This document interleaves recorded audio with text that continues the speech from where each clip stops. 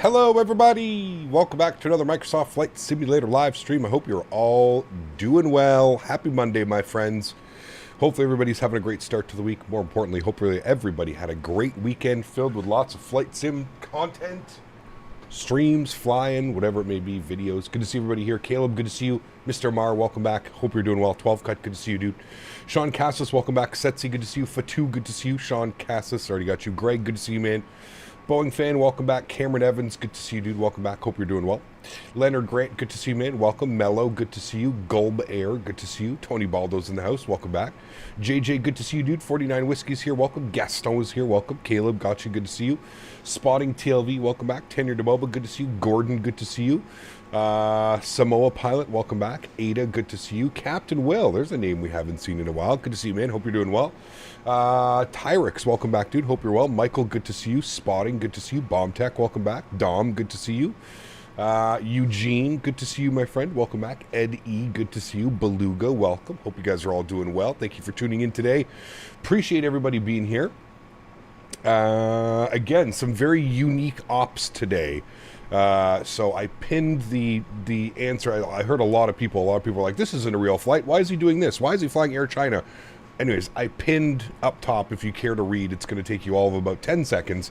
You can read the message up top. And for those of you that can't read or don't want to read, I will read it out to you. For those of you wondering, Air China has made an agreement not to fly through Russian airspace, making the flight from Dulles to Beijing unflyable because of the headwind, which means that they have to stop at LAX and refuel and maybe pick up more passengers or something like that. But that is the reason why this flight exists.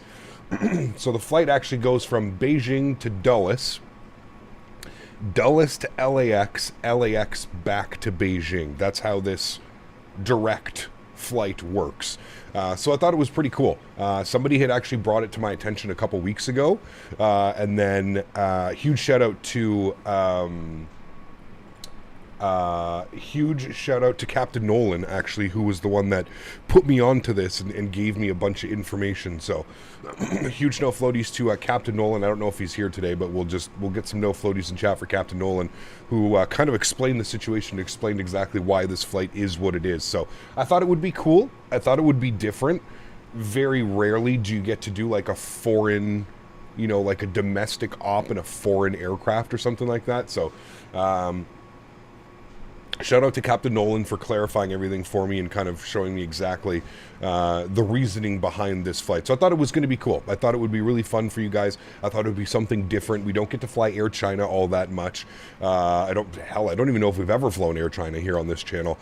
We've flown like China Southern and some of those other airlines, but I don't think we've flown Air China. So very excited for today. Should be a great day of flying. I am very interested and I was very interested in learning more about why this flight took place, why there was a domestic Air China flight, as I'm sure many of you were. So to be able to figure it out and to be able to kind of put it into perspective, it makes sense.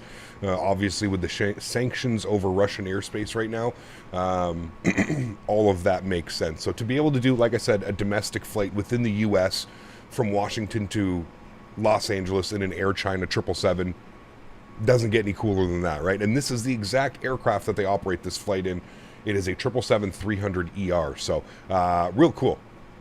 Again, thank you to everybody who's reached out with some cool routes. There's been a lot of people that have reached out and been like, hey man, like here's a cool, 3-hour 777 route and stuff like that. So kudos to everybody that's reached out. Kudos to everybody that's been wanting me to do these cool flights and stuff like that. So I am very, very, very, very thankful for that. And I hope you guys enjoyed today's flight. Again, something completely weird, something completely different. So should be a fun one. Flight time today into Los Angeles, we're looking at 4 hours and 43 minutes with a cruising altitude of 36,000 feet. We'll most likely do a step climb up to 38,000 feet at some point throughout the flight, but for the time being, initial altitude will be 36,000 feet. 4 hours and 43 minutes on the flight time. We're looking at 5 hours and 10 minutes gate to gate. So it should be a fun flight. I'm not going to waste any more time. The aircraft is already boarding, as you can see. Let's jump inside the aircraft. We've got some of the passengers on board. 344 passengers today on this leg down to LA. So almost a full airplane, which should be a lot of fun. Should be nice and heavy on the controls. Let's jump inside. Let's get this programmed. Let's get this ready to rock and roll. And we'll get ourselves en route to Los Angeles. Shall we? We shall. Cool. Let's jump inside the aircraft. By the way, if you're running the FT Sim sound pack, there was an update last night. He fixed some of the issues, and overall the engines seem to be a little bit more bassy, a little bit more growl to the engines, if that's what you're looking for. But anyways, there was an update yesterday for those of you running the FT Sim sound pack for this aircraft. And again, thank you, JJ, for sending that over and letting me know that that was the case. There was an update out for it. Cool, sweet. Up overhead looks good for now. We'll get the IFE seats and we'll get the cabin utilities to the on position as well. Battery switches on. We do have ground power on. We just aligned the Adiros. We armed our emergency lights and we've got our window heat all to the on position as well. Cool.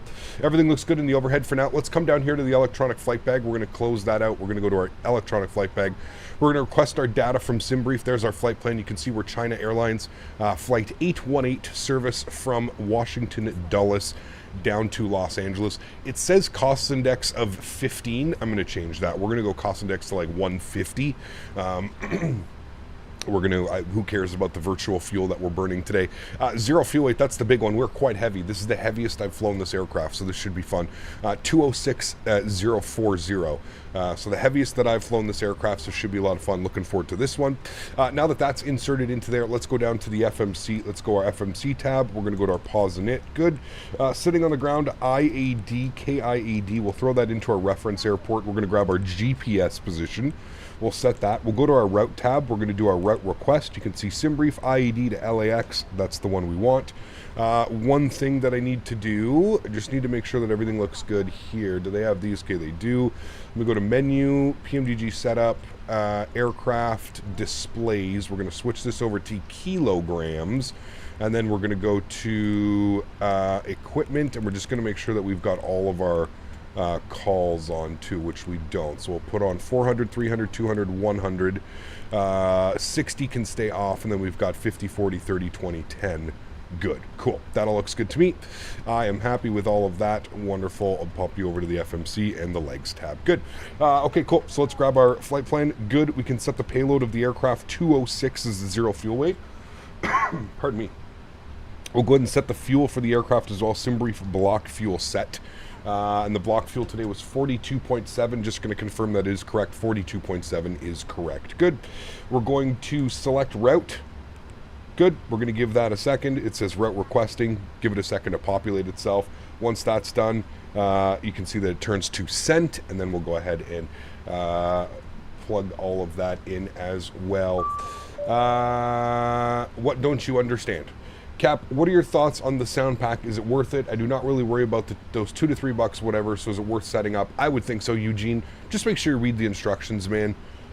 Make sure you read the instructions, and I've also found out that if you do install the sound pack and you open up the PMDG Ops Center, you have to, there's something that you have to do within you have to edit a JSON file, and you can, yeah, you can fix that.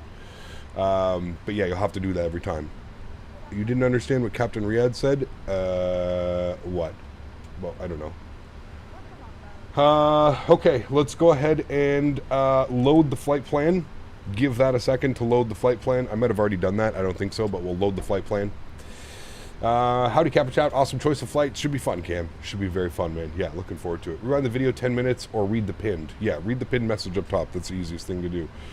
All right, let's activate and execute our flight plan. Good. Flight plan is in. If we go to our route tab, you can see we've got a nice flight plan into there. Beautiful. Let's go to departures. If we pull up in the weather, we don't have any ETC on here. So if we pull up in the weather, we're just going to use what they're using real world. So let's go to ATIS. They're using ATIS Information Gulf. Looks like they are using approach runway 19 center, departing runway 30. So that's exactly what I figured. So we're going to depart runway 30. So we're going to be on the Buns 3 departure with a RAM-A transition. And we're going to go ahead and select runway 30 for departure. We'll go ahead and execute that. Good. If we go to our legs page, that's going to be our flight path. All of that looks good to me. Arrivals into LA. Well, you know what we're going to expect. We're going to be on the Angel 4 arrival with the Dinero transition, and we are going to expect the ILS 24 right, and I believe we're going to take it from Circus, or is it Seaview? No, it's Circus. Okay, so we're going to take it from Circus, and we'll go ahead and execute that. Good. If I go to my legs page now, let's scroll through here. Let's make sure that that is all correct. Seller, Sally, Gleason, Angel, Can, Boyle, Circus, Skoll. Looks like it's got all of that in there as well. Beautiful. Decor, Bree, Palak, Livin, Brook, Mercy, Kobe, and 24 right. All right, cool. Everything looks good to me there. I'm happy with that. Let's go to our init-ref tab. We're going to accept our init-ref numbers. Good. I am going to change the cost index to 150, though, where, like I said, we're not using 15. 15 will probably give us, like, Mach 7.9 on the cruise with that headwind, so no thank you. Zero fuel weight today, 206. We've got that. Gives us a gross weight with our fuel, 248.7. So fairly heavy again today. That'll be good. Let's go to our thrust limits. Let's come down over here to our electronic flight bag. We'll go to our departure performances. We are departing out of runway 30, so we'll select that one. Good. We're going to import from aircraft. Good. That's the weights. Flip that over to kilograms. Thank you. Let's import the weather. Beautiful. Let me just come down here. I'll set 3003 on everything as well. Good. And then we can calculate our V-speeds. So once again, it's doing a takeoff D rate of 2 degrees. Takeoff D rate 2 today. 89.7 on the N1 percentage with a flaps of 5 degrees. So that is good. Sorry, I just realized Nightbot didn't join, so I just joined Nightbot. Okay, cool. Let's grab all of those numbers. Let's throw all that down into here. So we're going to go with a takeoff D rate of 2. Good. And then a cell temp of, was it 47 degrees? Yeah, 47 degrees on the cell temp. Good. And then we'll go to takeoff. We'll go flaps 5 degrees, CG weight today 30%, trim value 475, V speeds 58, 61, 64. 58, 61, 64. All of that looks good and correct. Beautiful. We are done with that setup. Mohammed, thank you very much, man, for the 29 rupees. Appreciate you, my friend. Thank you so much for the continued support of the channel. Appreciate you, man. Igor, does the captain, yes, the Cockpit Master 737 MiG do work for the 777? Yes, it does. So I'm using the only difference between these two is these two buttons right here.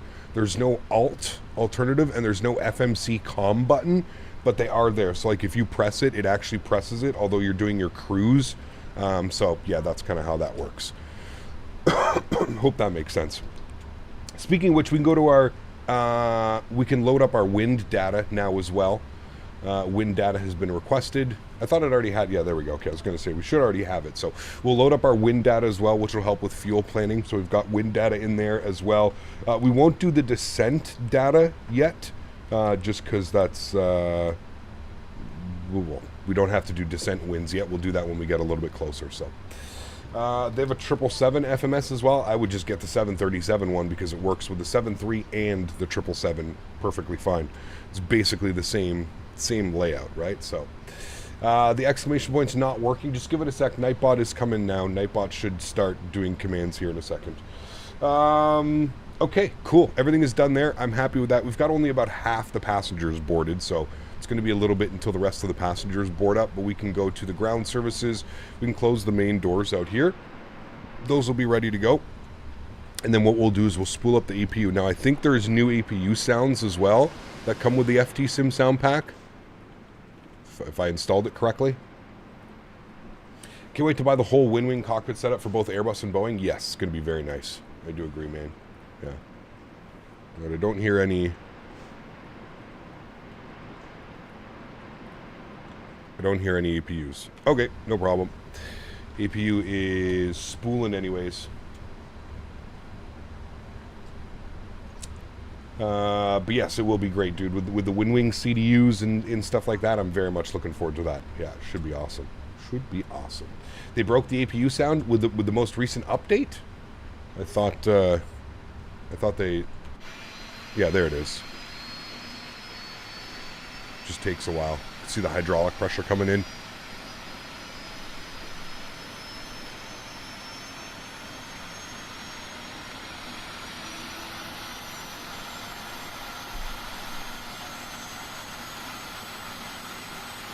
The APU looks weird.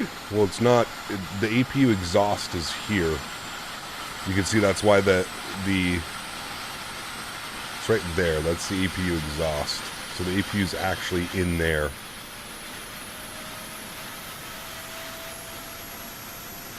And then there's the exhaust there as well. That's the exhaust, that's the intake.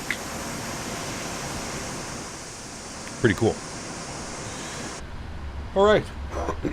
Upstairs. External power comes off. We've got our hydraulics all to the auto position. Good. Fuel pumps can come on there as well. Beautiful. All right, chat. Got about 160 passengers left to board. The heat blur is what's broken. Ah, got you. Actually, you do descent winds. 2 reasons CD you can properly plan sometimes. So you do them now, Eugene, is what you're saying? Okay. How do I get to those again? I think I go to FMC-COM and descent wind uplink and we'll load. There we go. So we do our forecasted winds now. That's our descent winds. So we've got that in there. Pretty crazy how the winds get more as we get lower. Apparently it's saying we're only going to have 2 knots at 350 before the descent. So interesting. Very interesting. But anyways, we've got that. That is good. Thank you very much for that. Let's run through some checklists, shall we, friends? We like our checklists here. Speaking of which, actually, let's go checklist, ICAS, left side, engine, back to MFD, center, checklist. Okay. Oxygen has been tested. Flight instruments, heading and altimeter. Altimeter is set 3003. Heading, we're going to go 300 off of departure. And we're going to keep in 10,000 feet. The buns takes us to 3,000, so we're just going to keep in 10,000. It's going to be straight out, left turn towards Lulu, then to buns, then to Rame. Why are breakups so hard and annoying?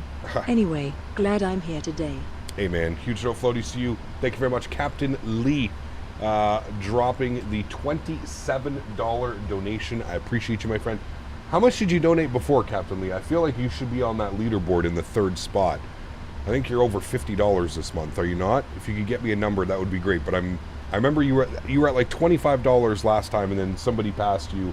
49 Whiskey passed you with 45. But with that $27 donation, I think that puts you up to $52. If you want to just verify that for me, and then I'll get you up on that leaderboard. Regardless, thank you for the support, my friend. And yes, never fun. Never fun. Thank you, man. Appreciate it. The APU is located on the left because it creates more space in the tail section of the cargo and other stuff. That's why it looks weird. Got you. Yep. And then our V2 speed 164. So we'll bug up 164. Good. That is in there. Beautiful. So we'll come down here. We've got flight instruments, heading, altimeter. Good. Parking brake is set. We're on chalk, so it doesn't have parking brake. Good. Pre-flight checklist is complete. Let's go to before start checklist. We'll have to wait for these, obviously, until the rest of the passengers are boarded. But we do have our takeoff speed set. We'll call our CDU pre-flight done as well. Trim value was 475. We'll also set that right now. There's 425, 4.5, 475. Good. Trim value is set. Takeoff and taxi briefing is complete. We're going tail to the right. And then we are going to be taxiing down Charlie. And then we'll make a left turn on Zulu, and we'll go Zulu to, you know what, we can take Zulu all the way down. We don't have to go Yankee 1-1. We'll just take Zulu all the way down, and then we'll pull onto the runway at Zulu, which should give us over 10,000 feet of runway to work with, which is plenty of room for this aircraft and these absolutely massive engines. Cool. Takeoff and taxi briefing is complete. Cool. So we're just waiting on what we can call our MCP done as well. We've got V2 heading track and altitude bugged up. So we're just waiting for the flight deck door, the passenger signs, and the beacon light. And our before start checklist will be completed. We'll do our block time today. Again, company gave us block time of 5 hours and 11 minutes on the block time. We'll hopefully do it a little bit less. Not a lot of traffic here, and there's no ATC, so we can pretty much do whatever we would like. I do have auto ATC, of course, because we're in North America. We have a squawk code of 3526. That is what it would like to see. 3526. Turn that on. Good. Need to go onto there. By the way, chat, at some point after departure, I'm going to have to leave for about an hour. I ordered a new air conditioning unit, and I have to go pick it up. They called me yesterday, and I wasn't able to go before they closed because we were streaming and I had that barbecue to go to. So they said they'll only hold it for me today. So I got to go today before they close, and I'm going to go before there's traffic. So we'll probably get airborne. I might hang out for a little bit, and then I'm going to run off to go get the AC unit, and I'll be back. It shouldn't take me very long.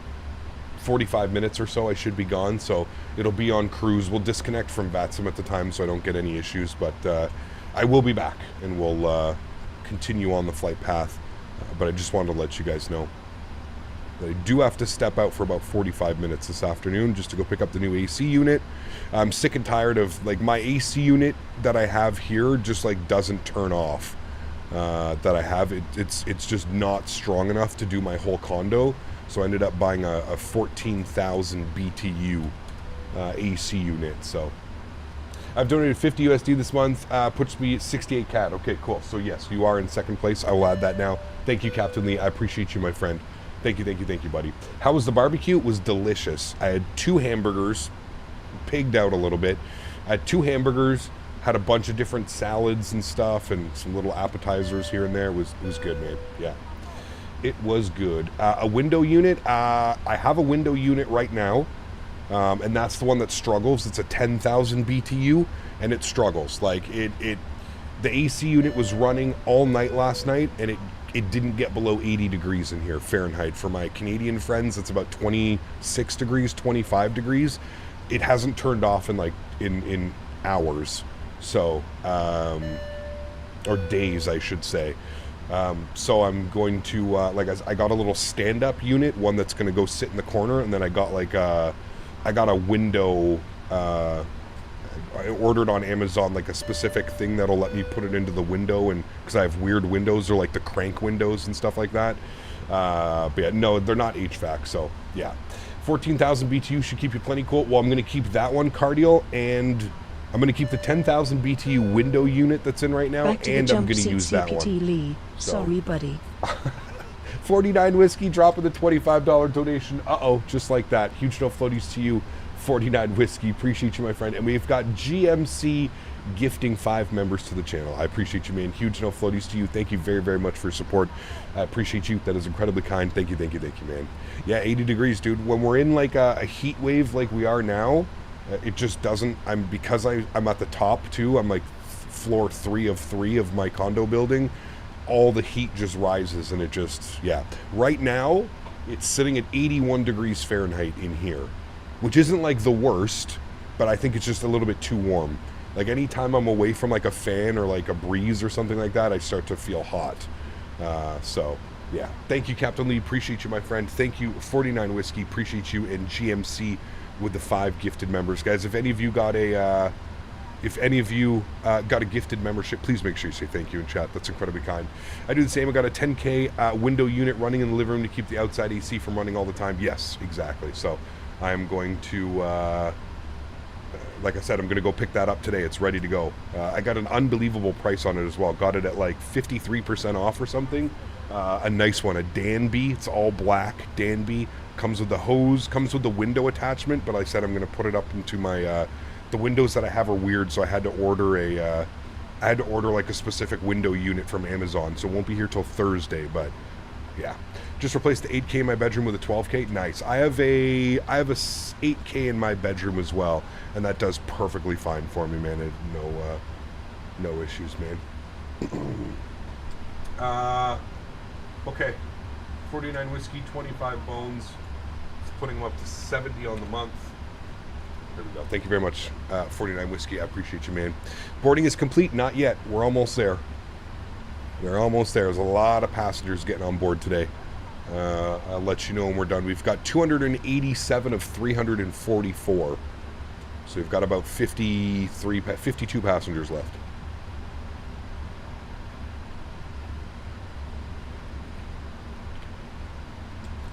You don't miss having to deal with window units? Neither do I, Brian. Honestly, man, I was kind of shocked when I first started renting this unit. I was shocked that they didn't offer like a central air, like just a unit, you know what I mean? Like every other condo building around me, they all have like the little outside units, the little like Samsung units outside their back porch. And yeah, I don't know what it is, man. I don't know why. I don't know why they decided to not go with, probably just for cost, maintenance costs, right? It's easier to make us buy our own. 49 Whiskey. No, you're going back in the cabin. Sorry. Oh boy.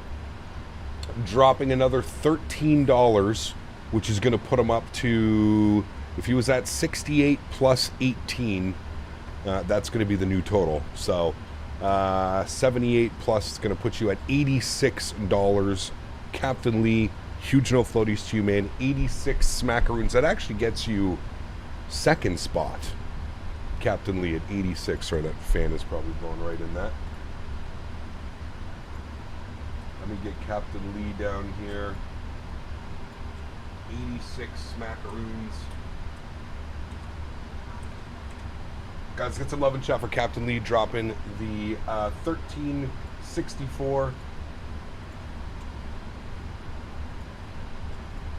Oops, you go there.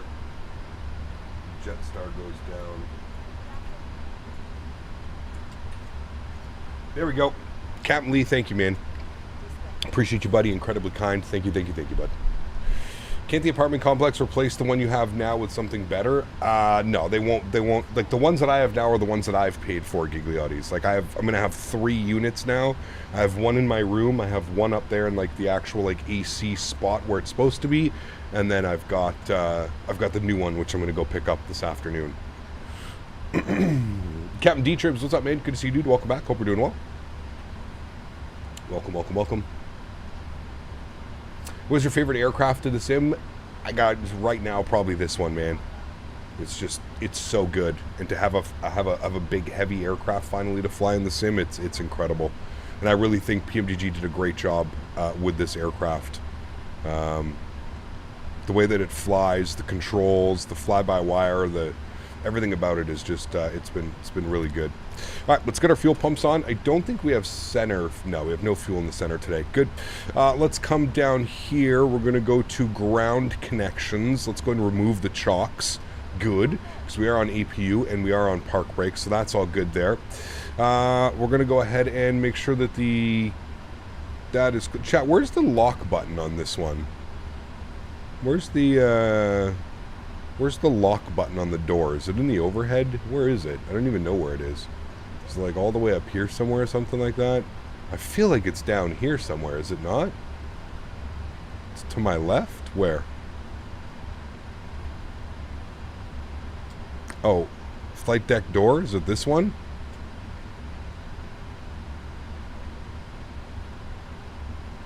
Is that what it is right there? But it's not like, and then you have to go cap or, that's audio though. Okay. I'll just use these frequent flyer miles to upgrade. This guy, man. Huge love floaties to you, 49 whiskey, dropping it, the $20 donation. Huge love floaties, my man. I appreciate you, dude. That's going to be 90 smackaroons. So there you go. So you two have fought it out. 49 whiskey, $90 on the month. He is going to take over first officer side of things. But, Captain Lee, you're now above Jetstar, which means that you also stay up on the leaderboard. 90 smackaroons from Mr. 49 Whiskey. Guys, please get some love in chat, man. That's incredibly kind. Appreciate you, dude. Thank you, thank you, thank you. 49 Whiskey with the 90 bones. We'll go ahead and get Captain Lee down to the flight engineer position. There we go. Wonderful. Thank you very much, 49 Whiskey. Appreciate you, my man. And Captain Lee, you guys are going off today, man. Thank you, guys. Jesus. No. That's not how it works. Ay, man. Captain Lee dropping another 1364. You guys are absolutely bananas, man. Oh, my goodness. That's going to put him up to $100, Captain Lee, on the 100. Well, you know where I'm sitting. With candy? Huge love floaties to you, C2A. Appreciate you, my friend. Unbelievably kind.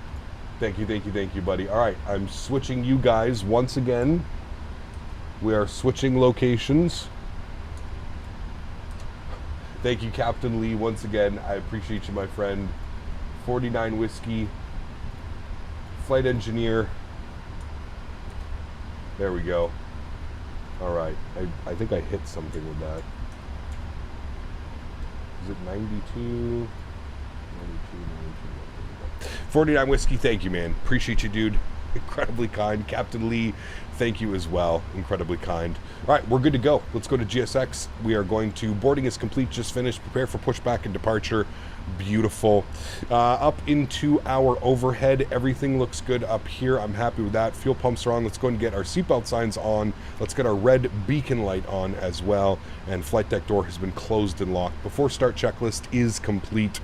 Next is our before taxi checklist, but we'll worry about that once we have pushed ourselves back and we are ready to go. Let's bring the camera up over here. Hello, Captain. We are ready for pushback. There we go. Beautiful. Ready for push. Took a while to board that many passengers. Holy macaroni. Cap, I watched your old crash stream yesterday again. It doesn't disappoint. Which one's that? The one in St. Martin with the 777? Law Fox, what's up, man? Good to see you, dude. Welcome back. Hope you're doing well. Departure checks completed. Bypass pin inserted. I'm in the China Air beside you. Nice. I think you're in China Southern, though, aren't you? Or is it just, this is the livery that it's popping up? You're in China Airlines. I think that's China Southern. That's okay. Look at all the 777s. Look at all the 777s, man. Everybody's in a 777. 777, 777, 777, 777. I love it, dude. Everybody is just rocking 777s, man. I love the performance at this airport as well, man. I get really good frames at Dulles. I'm in the United that pushed back. Nice. Very cool. That's my apology money for not being here often. Now I get to load free times after I quit Chick-fil-A. So here we come. Nice, dude. Appreciate you, man. And enjoy the new job, dude. Enjoy it. Oh, yes. It doesn't close it automatically. I have to go close the door. Close. Oops. Didn't mean to do that. Close. I didn't mean to open this one. Sorry. Wrong one. Close. All right, we're going tail to the right. I can't compete, but here you go. Champagne for everyone on the house. Cal, huge snow floaties to you, man. Thank you for the support as well, my friend. I appreciate you big time. Park brake's coming off. Good. All engines clear. Let's come down here. As soon as we start moving, we'll get our block time on. And there we go. We're going to go block time. Beautiful. Let's go to the overhead. Fuel pumps are on. Everything looks good. Turn up the sounds for you guys. Let's go ahead and spool up engine number 2, shall we? Over to the start position. Good. And we'll intro fuel. Good. And I'll bring that over here. Cal, thank you very much for the $3 donation. Seat 2A as well. Thank you very much for support, guys. I really do appreciate you, man. You guys are incredible. Thank you, thank you, thank you for the support. 164 V2 speed, ID to LAX for me. V2 was IH to Narita. You were pretty heavy. We have a lot of passengers on board today.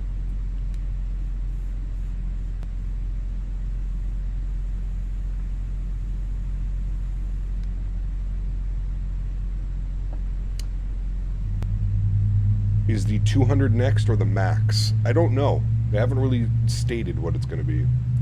Gab, do you usually pitch up 5 degrees on takeoff to not tail strike, or is it 10 degrees? Depends what aircraft that you're flying. With this aircraft, I believe it's 5 degrees, and as soon as you're clear, you're free to pitch, obviously, more.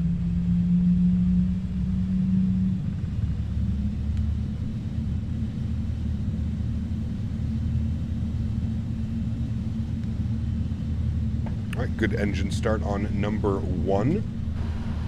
Sorry, number 2. Let's go ahead and spool up engine number 1 now. Intro fuel. Yes, definitely better than the stock engine sounds, that's for sure.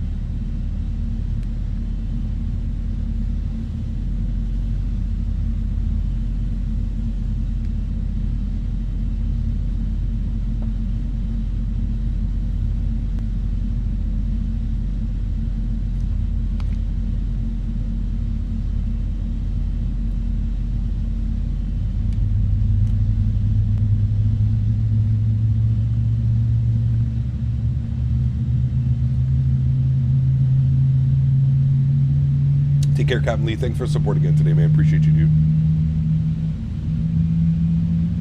Having a PC built, looking forward to all the good stuff. Xbox, get me back into it, but I got to take that next step. Nice, John. Yeah, congratulations. That's going to be awesome. Huge no floaties to Alyssa says, can you do a cabin tour of this plane? And no floaties. Yes, you can do a cabin tour. Once we get airborne, we can do a cabin tour. Thank you very much for the $279. Appreciate you, my friend. Thank you, thank you, thank you. Is recreational THC legal in Rhode Island? It is. Yes, thankfully. It is. Park brake set. Let's go auto brake RTO. Let's go flaps 5 degrees for takeoff. Give you a nice wing view of that. Coyote, thank you very much as well for coming back into first class. Appreciate you, my friend. Huge no floaties to you. Thank you, thank you, thank you. Incredibly kind, dude. Appreciate you. Appreciate you big time. Chat, don't forget, if you haven't done so, smash down that thumbs up button. Would be very much appreciative. Thanks everybody who already has smashed down that thumbs up. Appreciate you big time. I don't know what CTAF frequency is. We've got a couple frequencies here, so we're going to go .CTAF KIAD, and we'll see what it gives us. 34,425. 34,425.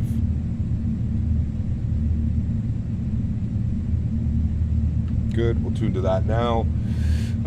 Flaps are set. They are disconnecting. Good, thank you. Overhead's good. APU goes off. Everything else looks good to me upstairs. We will go flight directors, left side, right side, LNAV, VNAV, anti-ice, good, recall. Checked. Auto brake is set. Flight controls, free and clear, good to go. Ground equipment is clear as well. They're just moving on their way out there. Before taxi checklist is complete. Before takeoff checklist is also complete with flaps 5. And then we have our after takeoff checklist. So we'll blank this guy out here for now. Good. There is the thumbs up from them. Beautiful. Let's go and release the park brakes. Let's get our taxi going here, friends. Yeah, finally got to hear the FT Sim sounds. Don't know why they get to reset when I open up the Ops Center. This happened to you? Yes. Every single time you open up the Ops Center, you're going to have to go into the JSON layout and delete that little section in there every time, unfortunately. It's super weird. Super, super weird. Probably should buy IAD only airport. Haven't flown into it, it seems. Justin, it's so good, dude. Flightbeam IAD. Performance is fantastic. Visually, absolutely fantastic. Right up there with a lot of their other ones, you know what I mean? So, good, man. Good to see you, man. Welcome back. Hope you're doing well. Funox, it's going to be !MSFS if you want my my Microsoft settings. Ground Marshal got sucked in the engine. Nah, she walked out that way. She's fine. She fine. We're passing the 2 United aircraft here to our left. Do you have the same problem with this plane? Often when I load plan from SimBrief, the altitude flight is not the same, and also the VREFs are different. No, I don't have those problems, Bob. Almost all the time they link up with one another. Sometimes they're a little bit different, but for the most part, they've all been pretty even, man. Air China on this route? Yeah, read the pinned message up top, Spam. I couldn't have made it any easier for you guys, man. There's a lot of people questioning this route, whether it's a real route or what's going on, so it's up there, man. You can read it right there. If you don't understand it, feel free to ask a question, but it's right up in there, man. By the way, you're from Gatineau? Nice. I also live in Gatineau. Davis, what's up, man? 55 months is big up. Huge no floaties to you, man. Thank you for the support. Appreciate you, my friend. Thank you, thank you, thank you. Yes, Spam, I had to pin it in chat because literally everybody was asking. Everybody was like, Cap, this isn't a real Air China route. What are you doing? Why are you doing this route? This isn't real. Now, you're right. In normal circumstances, this wouldn't be real. But with everything going on in the world right now and sanctions in certain places and stuff, right? That's just not possible, you know? Alexander, good to see you, man. Hope we're doing well. Is that Austin or Australia? Which one? Good to see you, Alexander. Davis, big up, celebrating his 55 months. I am from Ottawa, but I live in Gatineau. Which is, if you know Ottawa, and if you look at the map and you know Ottawa and Gatineau, you know that they're 30 seconds apart from a bridge, right? So, next leg over to Beijing. It's like a 13-hour flight or something like that from LA to Beijing. I don't know about that one. Benny, 48 months, my man, celebrating 4 years as a first-class member. Let's get our taxi lights on now. We're leaving the ramp area. Huge no floaties to you, Ben. Thank you very much for support, man. I really do appreciate you, man. 13 hours and 43 minutes. Light work. Oh, yeah. Jump right on that one. Jump right on that one. Any ATC? No. Australia Cap currently viewing from Thailand, though, on holidays. Very cool, man. Well, enjoy your holidays, dude. I'm jealous. I would love to be in Thailand on holidays. Sounds amazing. Benny, thanks so much, man, for 48 months. Says, hello, Cap. Any Embraer streams in sight? Hey, man, if FSS ever gets their shit together and gives us a custom autopilot and gives us a custom FMC, which we've all paid for a year and a half ago, absolutely, man. We'll do some Embraer ops on the channel, but until then, unfortunately not, man. I don't feel like firing up X-Plane and buying X-Plane add-ons just to go fly some Embraers, that's for sure. So, yeah. Is it required to learn French to live in Ottawa? No, but if you want to work for like a government job or like a well-paying job, if you're bilingual, you will immediately be moved to the front of the line, right? Bilingualism is, yes, very much. What app do you use to see the stats on the top? That is from Sim Toolkit Pro. You can put !banner in chat, and then Nightbot will provide you with a link.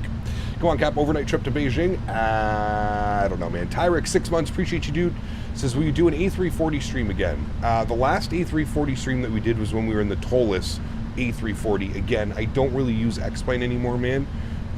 So unless we get a decent 340 for Microsoft, which I'm sure we will at some point, but I don't know how long we'll be waiting for it, to be honest with you, man.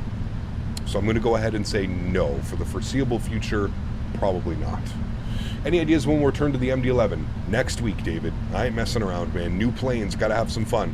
Next week, baby. Thursday, we'll be back in the MD-11, my man. We'll be back on Thursday. Cap, did you watch the 777 immersion by Parallel 42? I did. Yeah, I don't know, man. It looks cool and stuff. Honestly, Sean, you know what I like? I picture that for people that make cinematic videos, because I don't know about you, but like when I'm departing my airplane, I'm not here watching like wing vortices and stuff like that, right? I'm usually up here flying the airplane, making sure I'm not veering off the runway and stuff. So I feel like it's just made for like those like cinematic stuff than like videos that you want to use, you know what I mean? Dulles traffic, Air China 818 lining up and departing at runway 30, Dulles. I don't ever look outside with those effects going on. Well, that's what I mean. Like I like, it's cool. I like the concept of it. I think it's neat. But like, when the hell am I even going to be able to see any of those things? Do you know what I mean? Like, it's just, I just don't know when I just don't even know when I'll be able to take advantage of seeing any of those. You know what I mean? Taking route suggestions for the 777. If you want to put them in my Discord, Alexander, I don't take route requests while I'm flying, just because I'm not going to remember them. But yeah, if you want to join the Discord and you want to post those in the views and info section of the Discord, absolutely. Yeah. You have to go full length, runway 30. It's an unspoken rule here at Dulles, especially when you're in a 777. What, really? Unspoken rule. Oh man, well, we cut that one real short. Holy shit. How the hell did I cut that so short? I almost put the front nose off the... Jesus. Okay, well, my bad. Maybe I just turned too quickly. All right, friends, joystick cam's going on. These are the updated FT sim sounds, so there should be much more growl. Enjoy, my friends. Throttle's up to about, I think it's 55%. Chrono comes on. Let's go flying. Slight nose down pressure. Toga.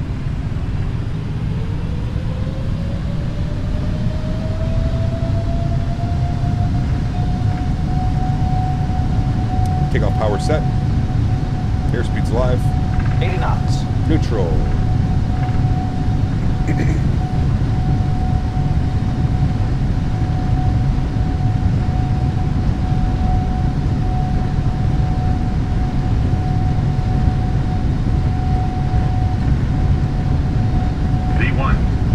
Rotate.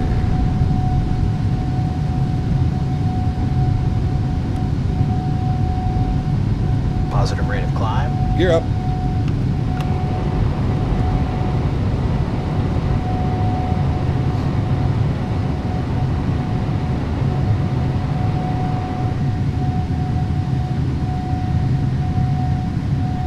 Immediate left turn out.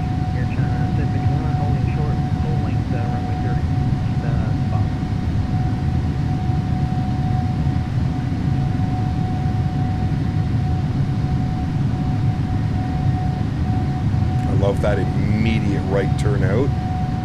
Man, it's good. This airplane flies. For those that haven't flown it, it's very hard to describe just how well it flies. It feels so sturdy. Like, even you can see we're getting bumped around right now by the winds. You can literally see it, our nose kind of bobbing and bumping around and stuff like that. But it's just, it feels so heavy, and like, to get it to roll, ooh, there's a little bit of bumps, a little bit of a spicy departure. To get it to roll, it feels so good, man. Like, there's so much weight to it.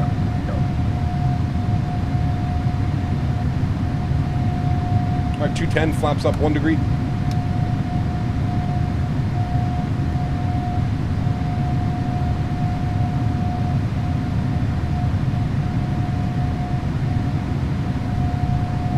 Sorry, left turn immediately. I was rolling it to the right. That's why my brain said right. But there's 250 for climb. There's 230. We'll go flaps clean.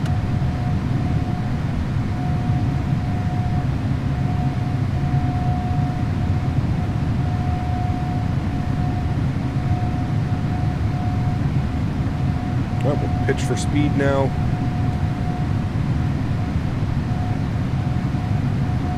And we'll go ahead and get our nose lights off, runway turn-off lights off, taxi lights off, and we'll get the wing lights off as well. Beautiful. Get her trimmed out nicely. Let me bring those sounds back down just a little bit now. How are those sounds, Chad? I feel that those sounds are much better than the default sounds. I've heard a lot of people too, like there's been some, I've seen some like weird comments from like streamers and like other people. People are like, oh, I'm not installing it because it's the Captain Sim sounds. And it's like, bro, it's a fucking GE90. What are you talking about? Every GE90 is going to sound the same, especially if it's between PMDG, like Captain Sim and anybody. It's a 777. Like I don't understand why people are like that's like one of the big things. People are like, I'm not installing the sound pack. It's for the Captain Sim 777. It's like, hello, what? Just because it's a Captain Sim 777 doesn't mean that it's not using GE90 engines. They're just the engine sounds. It's the only thing you're using it for. Has nothing to do with Captain Sim sounds. It's just, yeah, one of those I'm like, what are you guys talking about, man? It doesn't even make any sense.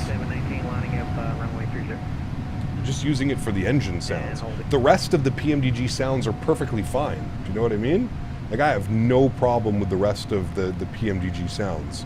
The problem that I had was just the engine sounds. They weren't up to my standards, which is normal. You know what I mean? Like, that it wouldn't be the first airplane that ever came out.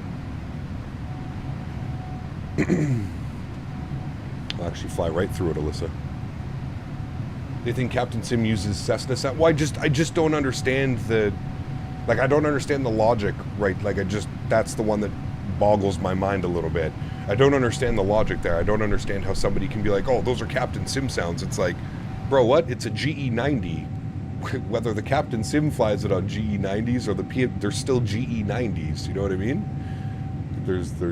Yeah, I don't know. It was just one of those. Like, I've seen a lot of people, like, it's not just like one or two people. I've seen a lot of people be like, I'm not installing the sound pack because it was designed for the Captain Sim 777. And it's like, well, yeah, dude, they all use GE90 engines. Like, there's zero difference if the sound pack was originally designed for Captain Sim or PMDG or whoever.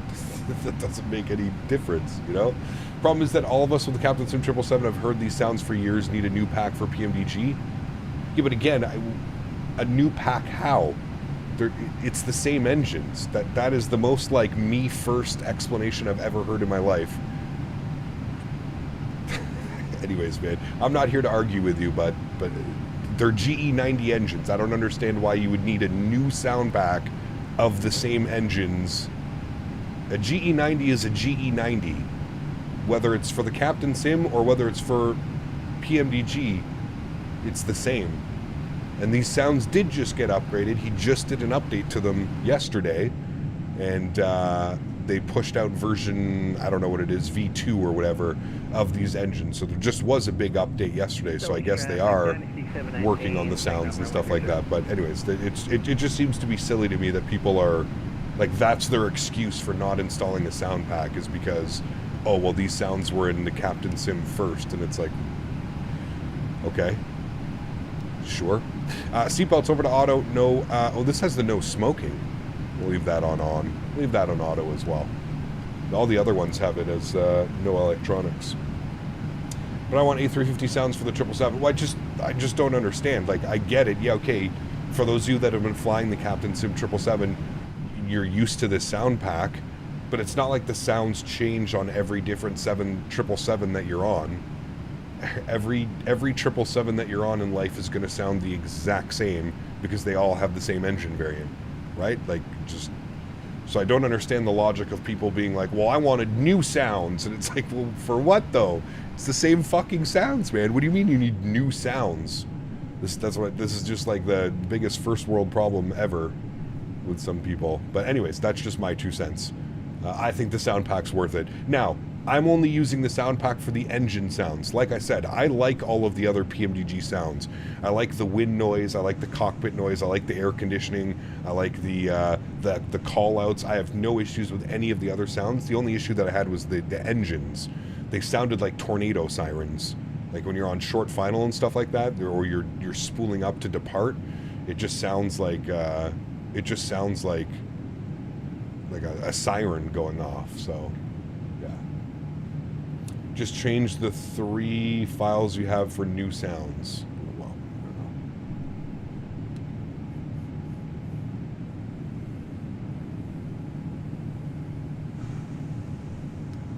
know. Oh, is that where you do that?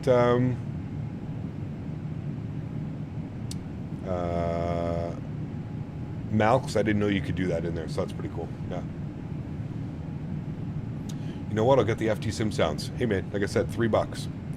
I guess they'll flip the 777-200 comes out with the Rolls-Royce variant. Yeah, well, I'm hoping PMDG nails like those sounds, or I guess we'll find out, right? Because there are options with the 200, right? There's the... What options do they have? Is it just the Rolls-Royce? The RRs and the GE90s, are those the options that you can put on the 200? Heard you talking about the sound pack and changing the file. Does that also apply to the 7.3? I don't think so, Captain Colorado. I don't think so. I've never had that issue with the 7.3, but... Yeah, it was interesting, Sonny. I had a lot of people come in here and be like, "What? This isn't a real route. What are you doing? Air China doesn't fly domestic USA routes." So I had to do a little bit of research, and hopefully everybody did some learning today. We'll see. They have the Pratt & Whitneys, the GEs, and the Rolls-Royce. Interesting. Huh. That'll be kind of cool to see, man. We're above 18,000 feet. Standard barometric pressure on all of those across. 20 minutes on block time, 9 minutes on the flight time thus far. Initial climb today was up to...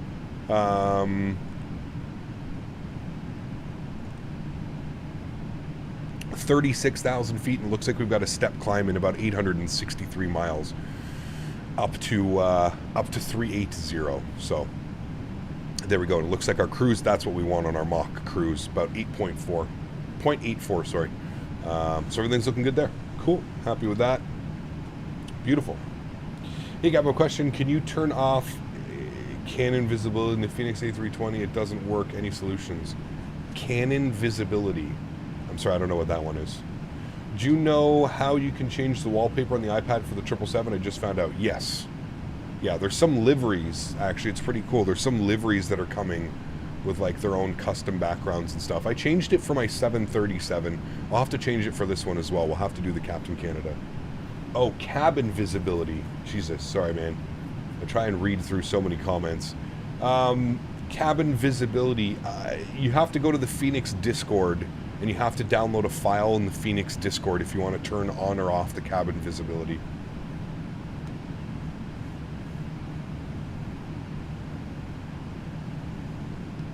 I wouldn't say they're a terrible Boeing fan, but they could have been better. This would be an interesting fifth freedom flight. What is fifth freedom? You're like the fourth person that said that. I'm not American. I don't understand you guys with your freedom units and shit. Nismo, what's up, man? Good to see you, dude. Welcome back. I don't know if it was hard for PMDG to move their P3D sounds to Microsoft. Yeah, I don't know. Sounds like they probably made all new sounds from the ground up, but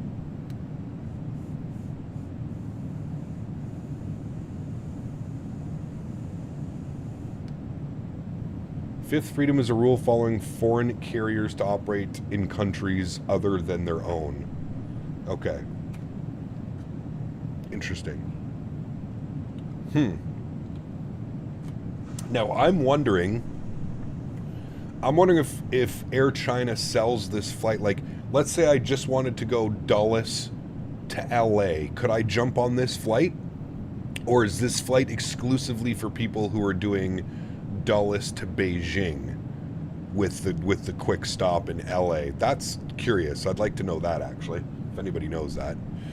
In P3, the cockpit sounds are way better for the 777. Interesting. Okay. Dulles to Beijing only? Okay, interesting. Huh. So nobody gets on or off the airplane. Is that what you're saying? Nobody gets on or off the airplane when they land in LA? They basically just refuel and they keep going? Is that what it is? Saw the F-35B demo yesterday. The floating part was cool. Nice. Cool. Not interesting for me, but cool. Cap, is GSX now native and working on the 777? It should be. Cap baby, as long as you update your GSX.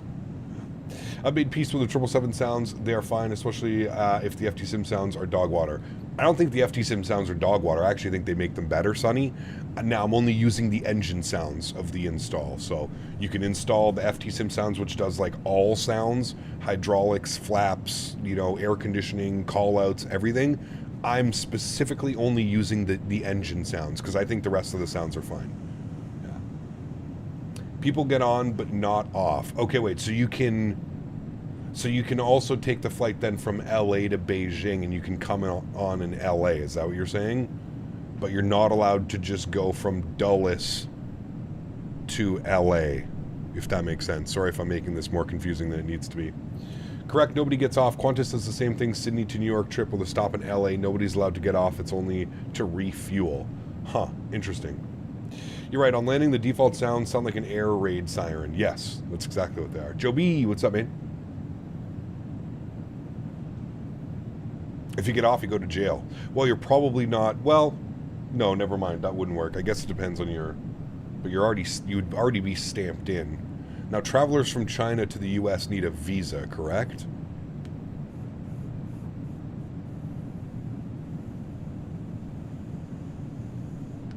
Emergency vehicles, probably GE, Rolls-Royce, then Pratt & Whitney in that order.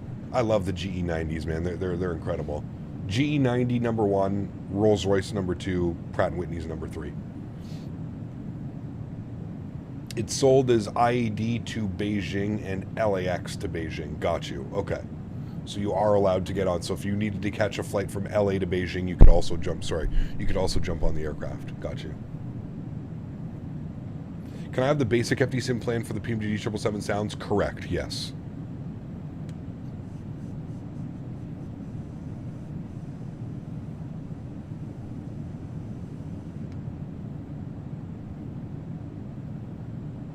Yeah, I don't know, Justin. I don't know. I imagine it's the same crew, too, for the flight. Most likely. They probably have reserve pilots. My guess is there's probably 2 crews on board, and they probably switch. So one crew is kind of resting for the first leg of the flight, maybe a little bit afterwards, and yeah. Which 737 pack do you recommend for the PMDG 737? The only one that I use, Hansel, is the FT Sim pack. I know there's a new one up on flightsim.to, but... Okay, went back to the stream. You're right. That sounds much better. Yeah, I would install them just for the engine sound, Sonny. Like I said, man, it's a 3-hour rest. Interesting, huh? Okay, that's pretty cool. No one needs a visa. You can walk across the southern border. True. True. Just go into Mexico. I got a bug in my radio. Can't tune the lower numbers in this aircraft. That's weird. I don't know if I've ever seen that one before.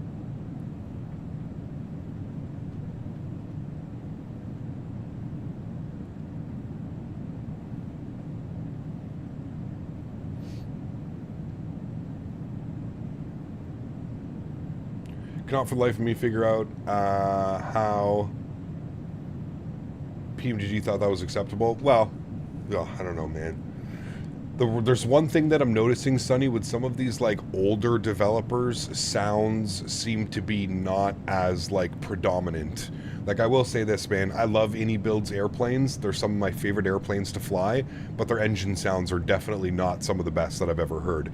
I feel like it's the same for PMDG, man. I feel like the people that like get like sound sets and like really push for like high quality sounds are the newer developers, the ones that are, you know, or even just like the sound pack guys, right? Like Boris and people just making specific sound packs. Because if you think about it, man, I mean, most airplanes that ship, the sounds are, you know what I mean? Like even if you look at the TFDI MD-11, great airplane, the sounds are good, but they could be so much better. Do you know what I mean? Like, and that's where I feel like maybe it's just beneficial for developers to just push whatever, and then we have to add these sound packs. As much as that sucks, unless you're gonna work directly, like Bluebird, right? Bluebird on their 7.5 and 7.6, they're working with Boris to have its own sound pack on release. I feel like that's the only way that this is going to get done, if you think about it. Phoenix sounds are incredible. They're probably some of the best. But, I mean, I feel like that's kind of like a rarity, you know? And again, it's not that, like, the 777 sounds are bad or terrible. It's maybe just that because we're used to, like, some of the Boris Audio Works or the Phoenix sound set and stuff like that, right? It's, yeah, they're just that much better. So, yeah. All right, there we go, friends. 36,000 feet. That will be our initial cruise. And then obviously we were down here and we were looking at that as well. On the next one, step climb, 38,000 feet in about 800 miles, 795 miles for our step climb to 38,000 feet. And that'll probably be our final cruise altitude today. And there we go, 36,000 feet, looking good. Bedrock, what's up, man? Good to see you, dude. PMDG sounds are average, definitely not up to the same standards as their system fidelity. I would agree with that, yeah. And that's kind of what I was getting at, was it just like, I feel like no matter what, it's just always, there's always going to be a better option, either using like FT Sim or Boris, or because those, they're just specifically, they spend hours and hours on specific sound sets and stuff like that, right? I agree, GR. I agree, man. I agree 100%. But I just, like I said, I feel like some of the developers, they don't look at it like that. You know? Did you say you're going to leave for a little bit? I am, yeah. I'm going to leave in about half an hour. I'll be gone. Probably gone for about 45 minutes to an hour, depending on traffic. But that's why I want to leave earlier. If I leave earlier, the less traffic I have to deal with. Honestly, I should probably leave. Yeah, I'm going to leave very soon. I'm actually going to... I'm going to just confirm with the place.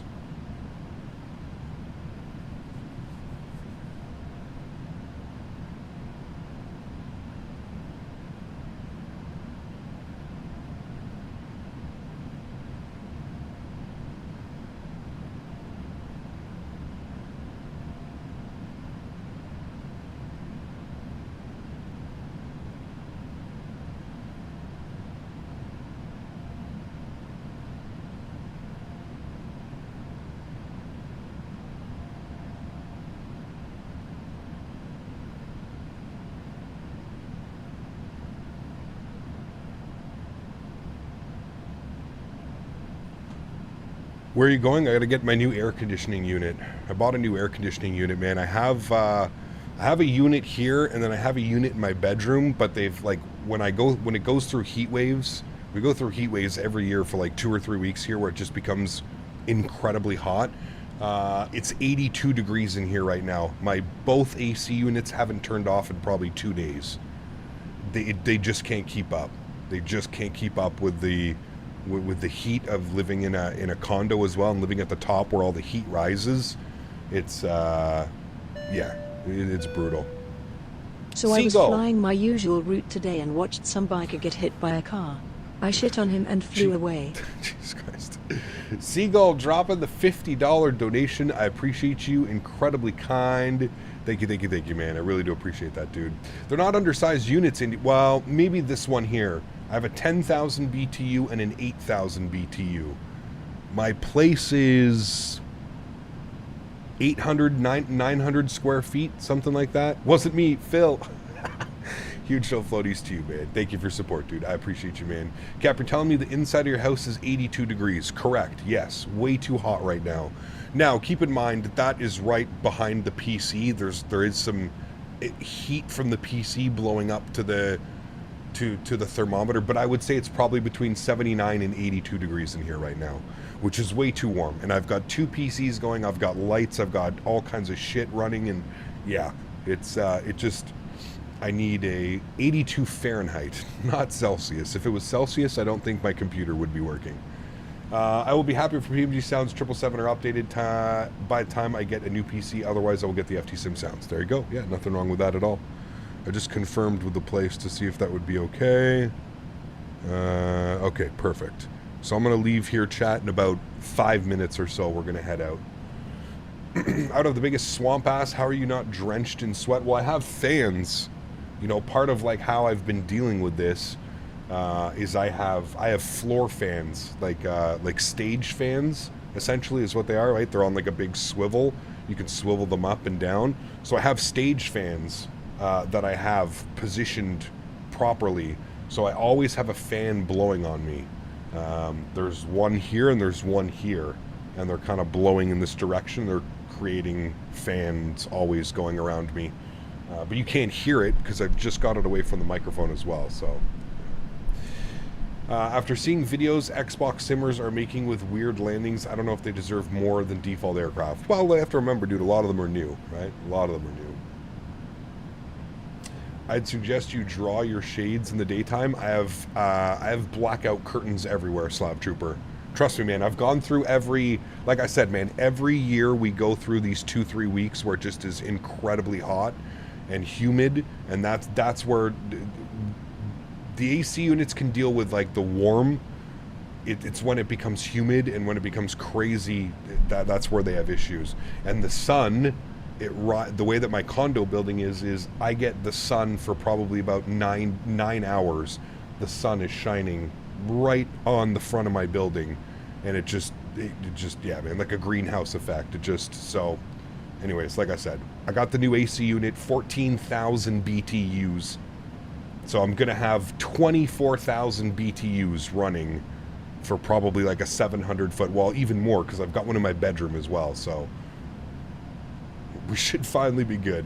It has incredible insulation, Indian Boy. Yes, very good. And that's part of the problem. Like the wintertime, dude, wintertime is beautiful. I barely have to run any heat because all the heat from the 2 units beneath me and from the units beside me, I barely run my heat in the winter, man, just because it stays so nice and toasty warm, and the insulation is great. But in the summertime, that's where it kind of, like I said, man, it just gets way too toasty, dude. Reinforcing the greenhouse effect by trying to get rid of it. Exactly. Put more out there. Do you think you'll land later than what the ET says on the top screen? Yeah, you always got to add about 20 to 30 minutes onto that ETE. So if that's saying, because you have to remember, that ETE is if we stay at this speed, at this altitude, we'll be overflying Los Angeles in 3 hours and 42 minutes.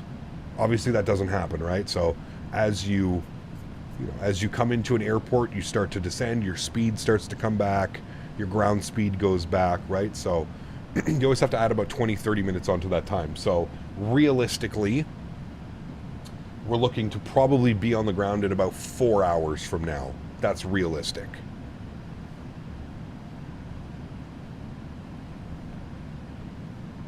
Check your FMC for more realistic. Yes, exactly. 2120, which would be...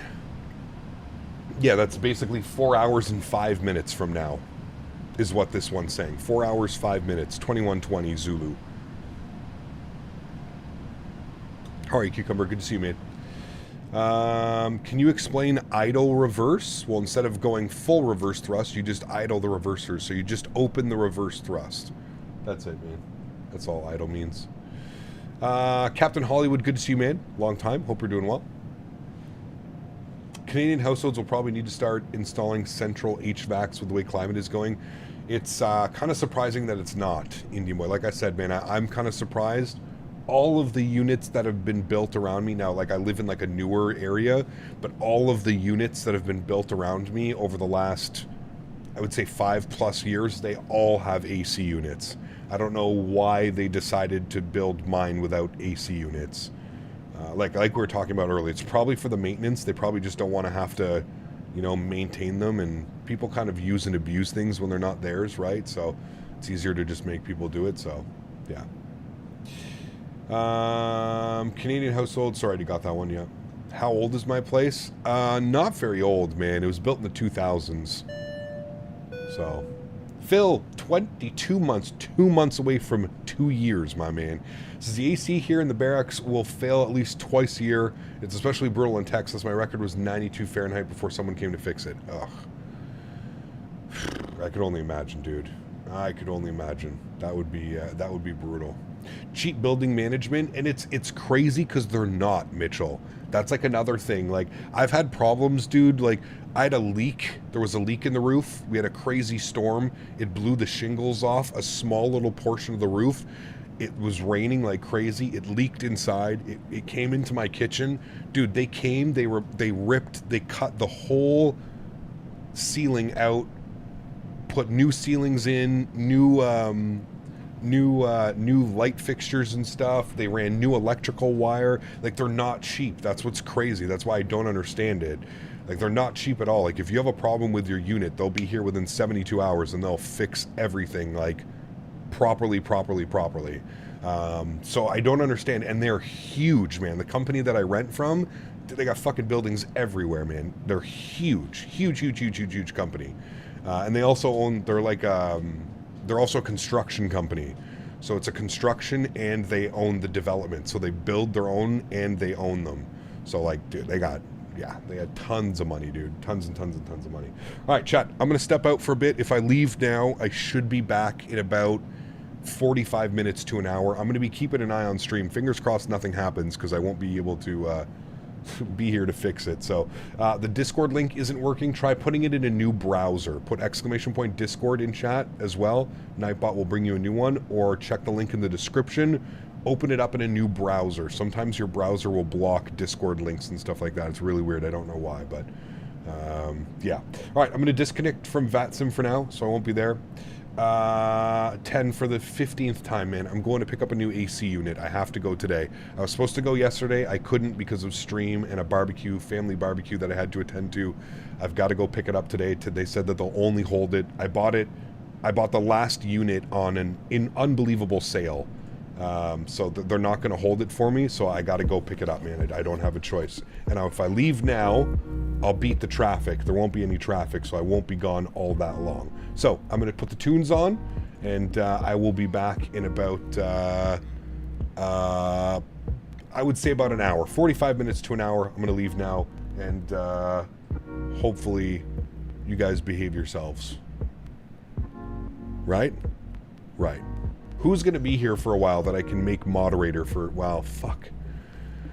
There's no mods on right now. Nobody's here. Who can I trust to leave as a moderator? Mark, what's up, man? Good to see you, dude. I didn't realize you were here. I just need somebody to be able to, like, remove... Who here is familiar with... Who here is familiar with how, like, how the commands work with YouTube? If you see somebody spamming something stupid or something, right, you click on the 3 dots and you can remove it. That's all I need you to do. Remove it, or you can put somebody in timeout. You can put a user in timeout, and then you can select how long you want them in timeout for. Just put everybody in timeout for an hour. Or alternatively, I could just close chat. But you know how this works, man. It's gonna be fucking ridiculous. All right, Justin's been here the longest. I'm gonna give it to Justin. Add as moderator. Can manage blocked words or change mods in live. Also has capabilities of standard moderators. Can review, remove. Okay, there we go. All right, Justin, keep an eye on it for me, man. If you can stick around. Are you going to be here for an hour, Justin? If you're going to be here for an hour, that would be much appreciated. But yeah, like I said, man, if you see anything, like, I'm more concerned about the porn bots and shit like that. That's what I'm. Well, Justin's been here the longest, man. This wasn't anything against you guys. I've just known Justin the longest, and he's been a long time member here on the channel. So yeah, just if anything happens, Justin, you just click on the 3 dots beside them, and then you just don't hide the user. Just put the user in timeout, and you can just do like 30 minutes or 24 hours, whatever you feel is easiest. Probably 24 hours if somebody's being stupid. Yeah, that's how you know you made it with the porn bots. Dude, they came by yesterday for the first time in forever, so... yeah. Alright, Justin, I'll be back an hour. Thank you for stepping up. Appreciate you, my man.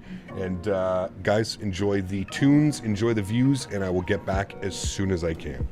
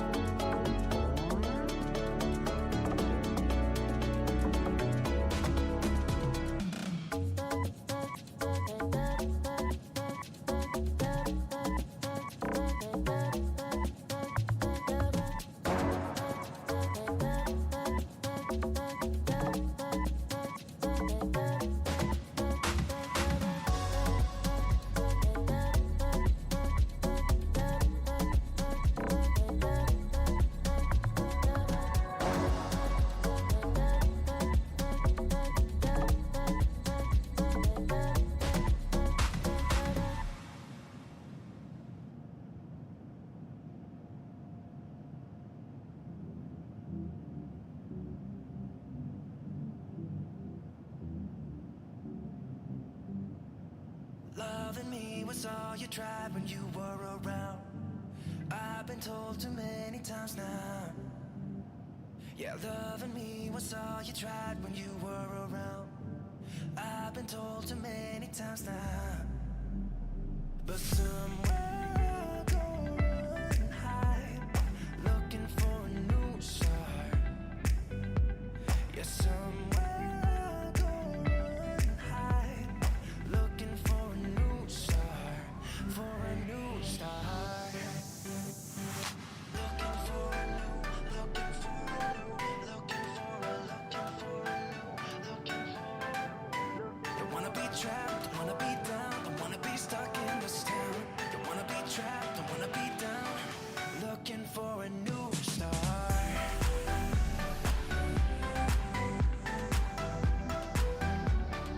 Looking for a new start. Don't wanna be trapped, don't wanna be down, looking for a new start. Can't you see that I just need to be by myself? I have told you many times now. Yeah, can't you see that I just need to be by myself? I have told you many times now. But somewhere I go and hide, looking for a new start. Yeah, somewhere I go and hide, looking for a new start, for a new start. Looking for a new, looking for a new, looking for a, looking for a new, looking for a new. Don't wanna be trapped, don't wanna be down, don't wanna be stuck in this town. Don't wanna be trapped, don't wanna be down, looking for a new start.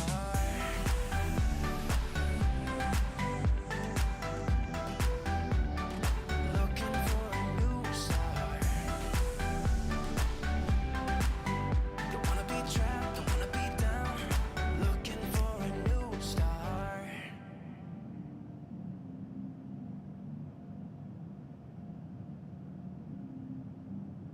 Yeah, somewhere I'll go running and hide, looking for a new start.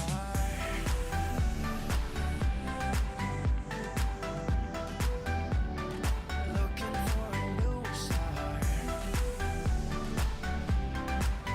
Don't wanna be trapped, don't wanna be down, looking for a new start.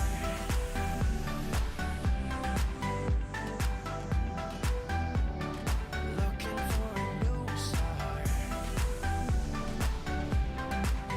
Don't wanna be trapped, don't wanna be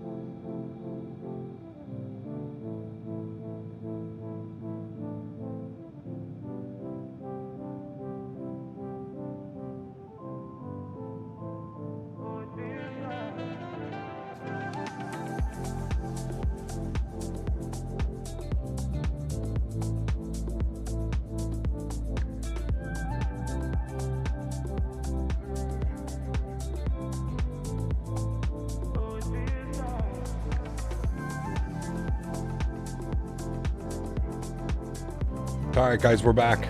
I'm just having lunch quickly, and then I'll be right back on microphone. Give me about 5 minutes.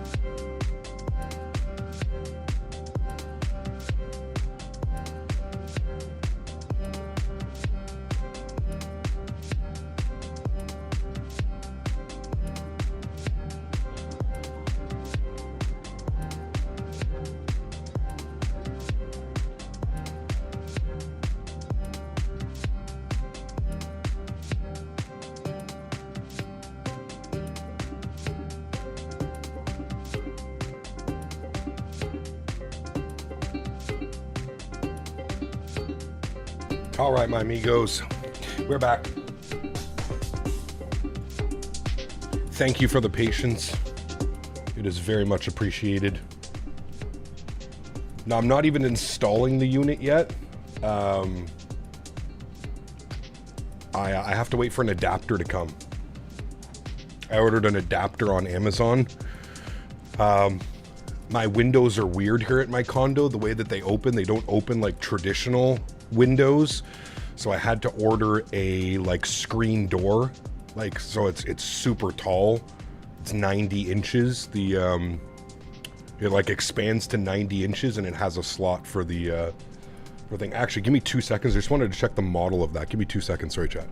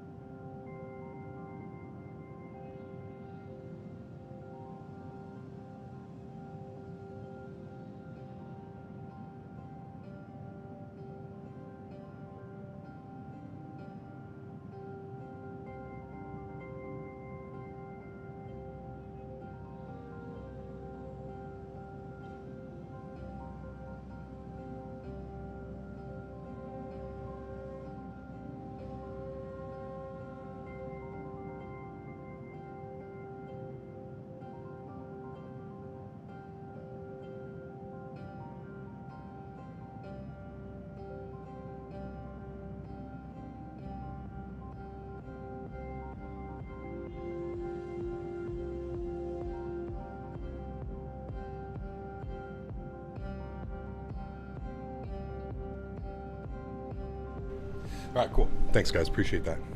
I'm actually going to have a look at that right now. The model number.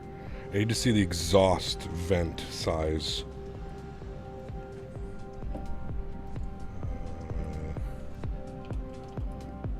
Danby.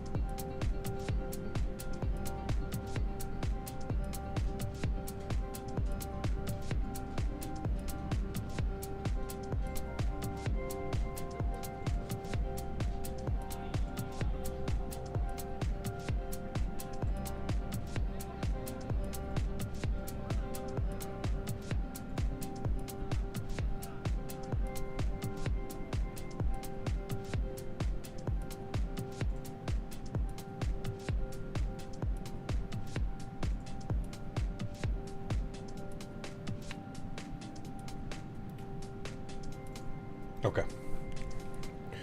I believe we are good. I believe. To get some mini split unit. It's a like a portable unit one. It sits in like the corner of the room, and then you just exhaust fan out. But I ordered an exhaust fan thing on Amazon, but I just wanted to make sure. Yeah, it's a floor unit. Exactly. Yeah.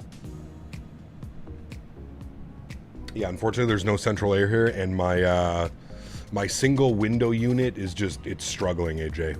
It's struggling big time, so I'm going to keep the window unit, but I also got this other one to really help kind of keep it cool in here. In the afternoon, dude, as soon as that sun hits the front of my condo building, it's impossible, dude. It's impossible to like keep it cool. It does a great job during like the evenings and overnight. It keeps it perfectly fine, but the temperature just steadily raises all afternoon until like, you know, 6, 7 o'clock at night. It just peaks at like, you know, 83, 84, 85 degrees in here with AC units running nonstop, right? Yeah, Justin, it's brutal. Thank you for stepping up, Justin. I appreciate you, man. Hopefully you didn't have to deal with anything too crazy.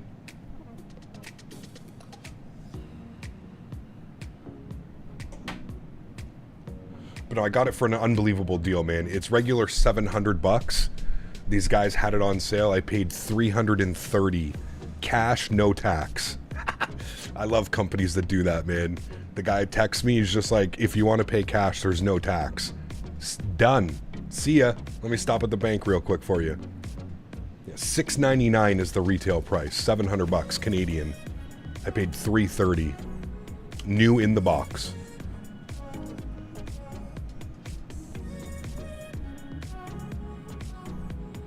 Cash no tax is the best. I love it, dude. I love it. Because, you know, they're just pocketing that, you know what I mean? That's why I left, Gary. That is the only reason I left this afternoon. If it wasn't for, like, that deal and I knew somebody else was going to jump on it, right? Like, I saw the ad go up. I had been looking and I saw the ad go up and I messaged the guy last night. I was like, I'll come tomorrow. I was like, I'm busy till about 6 o'clock. Can I come? He's like, we won't be there and it'll be gone by then. I was like, fuck. All right, let me come in the afternoon then.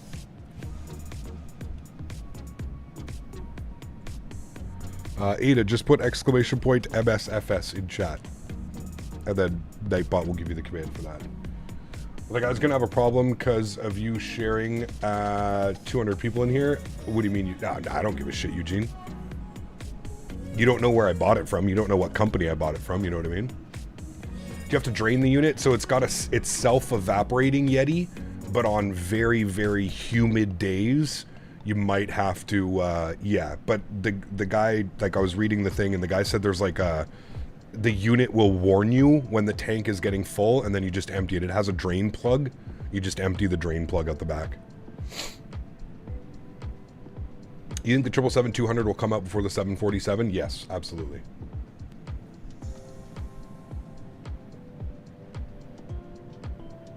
Rhinos, what's up, man? Good to see you, dude. Welcome back. Hope you're doing well. But yeah, it's self-evaporating Yeti. So I have a self-evaporating one in my bedroom, and I haven't had to empty it at all ever. So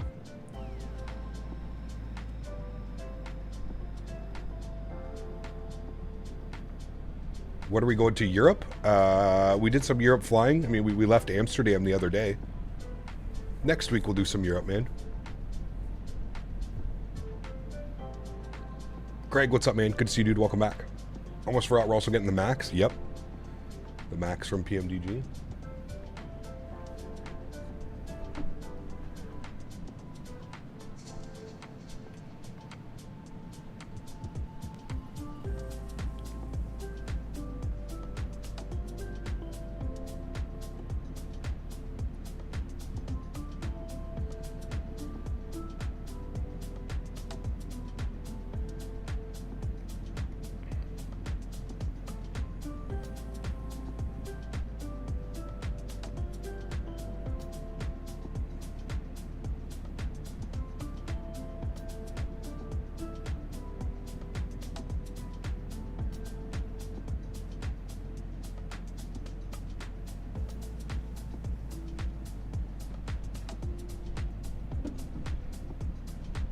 The Max is announced? Oh yeah, it has been announced for a while now. They've been saying.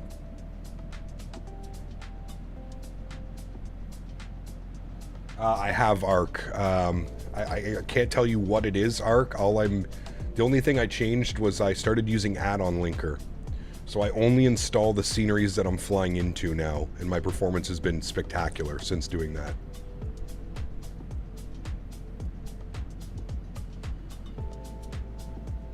Absolutely, Greg. Can't live without it, man. Not when I'm running like PCs like this and streaming and stuff, you know what I mean? The ones we got were god-awful. Fill up the tank so quick we had to, so we went window. Wish we could have got a higher BTU, 6K now, but I didn't want to overload the circuit with 2 PCs. Yeah, I've got, I mean, I've got the 10,000 going. I've got, the one I just bought is 14,000 BTU.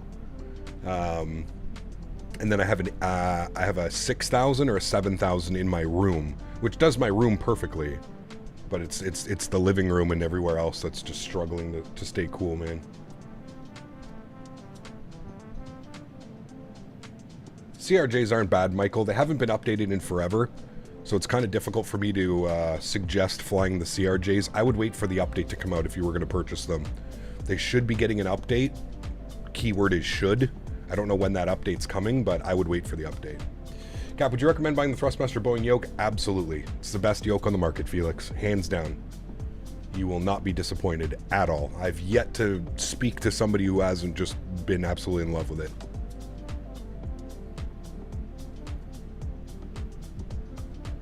Well, that's it, Yeti. My AC units haven't turned off in 48 hours. And they're still struggling. It's 83 degrees in here, Yeti. They're struggling. And it sucks because I can't even hook up the new unit until I get the adapter kit from Amazon.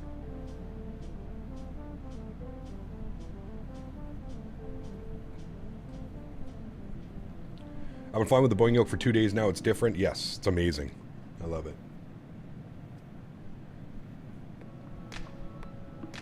$83 degrees inside. Yeah, that's right under my PC too, like right where PC's blowing out. If you're in the 7th circle of hell, you'll be glad you have some AC. Yes.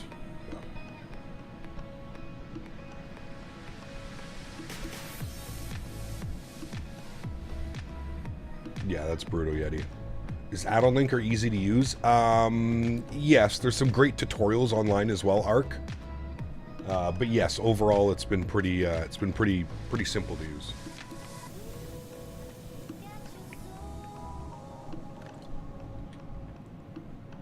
Is the Boeing Yoke worth it? 100%. 100%.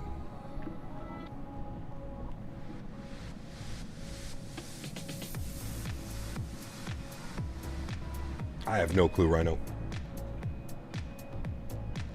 They were constantly hot. My Central was working pretty hard the last few days. Been around 100 in Phoenix. Yeah. Yeah, it's getting up to, well, what is it today? I'm pretty sure it's in the 90s today. With the real feel, with the humidity, it's definitely into the 90s. This won't give you the real feel, unfortunately, but it'll tell you what it is. So it's 85, and then with the real feel, what are we up to? It says 29 degrees Celsius. Real feel right now is 36 degrees Celsius. So what's 36? 36 C to F.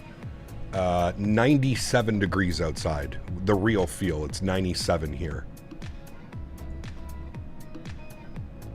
And that is exactly why my AC is struggling. I have no humidity, or the guys in Vegas and in Phoenix. We have tons of humidity here. We have a severe thunderstorm watch as well going on right now because of all this humidity.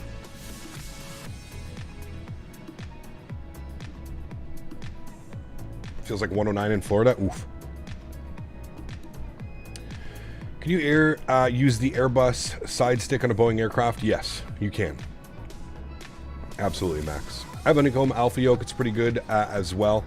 I've been thinking about the Thrustmaster Yoke, but I believe the next one is going to be something with force feedback instead. Could be, Eugene. Maybe. I don't know what Thrustmaster's plan is, to be honest with you, man. One would think that yeah, force feedback has got to be in the future for Thrustmaster, but yeah.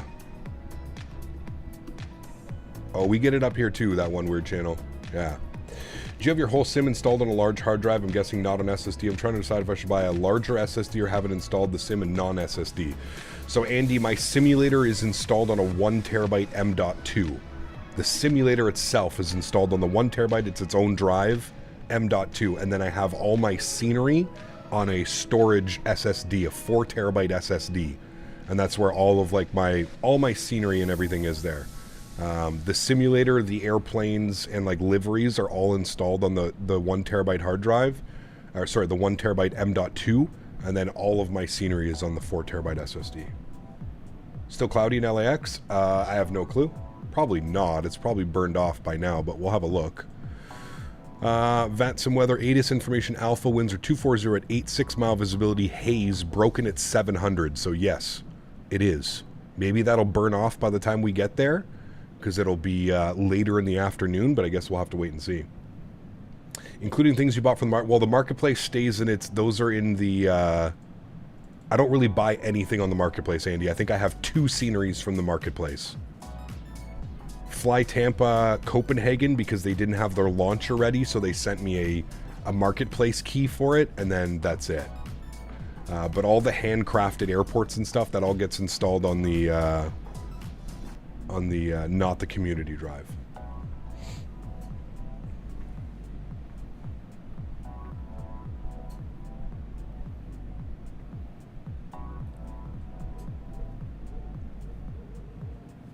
How do you read the METAR data? Pretty simple. You look at the weather, it's going to give you the ATIS always at the beginning, ATIS information alpha, and then the time that the ATIS was presented. So 1829 Zulu. Winds 240 at 8 knots. I feel like that's pretty understandable, right? 240, 8 knots. The visibility then follows that, 6 statute miles. And then you have your clouds. So haze broken at 700 feet. So it's hazy down to about 700 feet. Temperatures 20 degrees, dew point 16. So it's actually pretty, I mean, that's pretty cool for LA, I would think. 20 degrees Celsius, that's like what, 60, 62? Something like that. So did you update the sound pack? I did, yes. Just Flite maybe work on a classic Airbus A300. They definitely are. They've showed previews of it, Boeing. So yeah.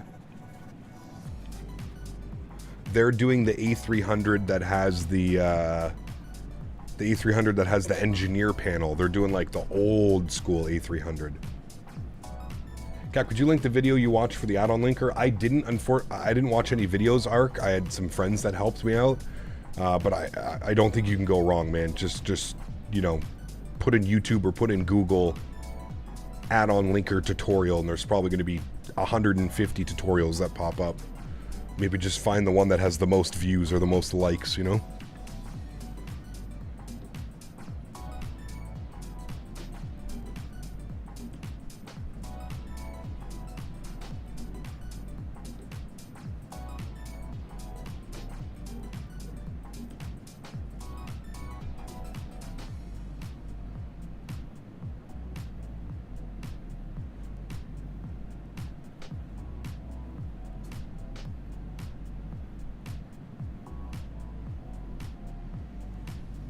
Boeing Yoke purchased? Hey, nice, man. Enjoy that, dude. Where'd you buy it from? Directly from Thrustmaster? Or did you find like a Amazon shop that sells it? You're gonna love it, man. It's a completely different ball game, dude. Like, I think that the honeycomb yoke for what it is like pretty decent as well, but this like it's night and day, man. Yeah.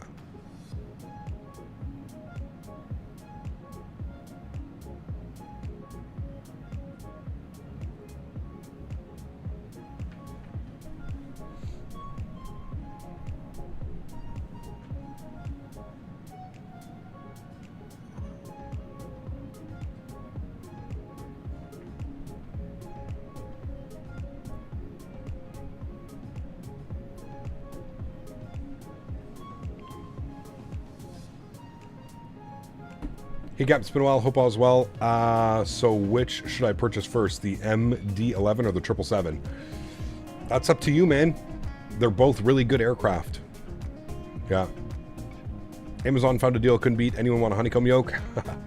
Put it up on Facebook Marketplace, Justin. I'm telling you, man. Put it on Facebook Marketplace, Craigslist, whatever you have to like sell. Somebody will buy it, man. Somebody will pay, you know, 150, 200 bucks for it. I guarantee it. Especially if you kept it in good shape.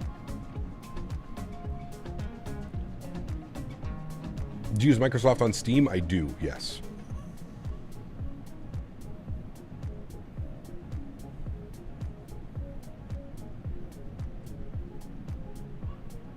Yeah, 100%, Justin. Put it up on Facebook Marketplace, man. How much did you pay for it? 300 bucks? 275? I forget what the yoke costs. Recently learned how great Facebook Marketplace is for getting rid of furniture. Dude, anything, Yeti. Anything, man. Like, that's like when I build new computers and stuff, Yeti, I always just post the older stuff on Facebook Marketplace, and it's gone within a week usually, man. Yeah. It's $399 plus tax. Okay, so you could probably get $250 out of it, man. Maybe even $300 if it's in good shape and you still have the box. If you got the box, Justin, hell, man. $275, $300. No, it's not that they may do Boeing. They are doing the A300B4.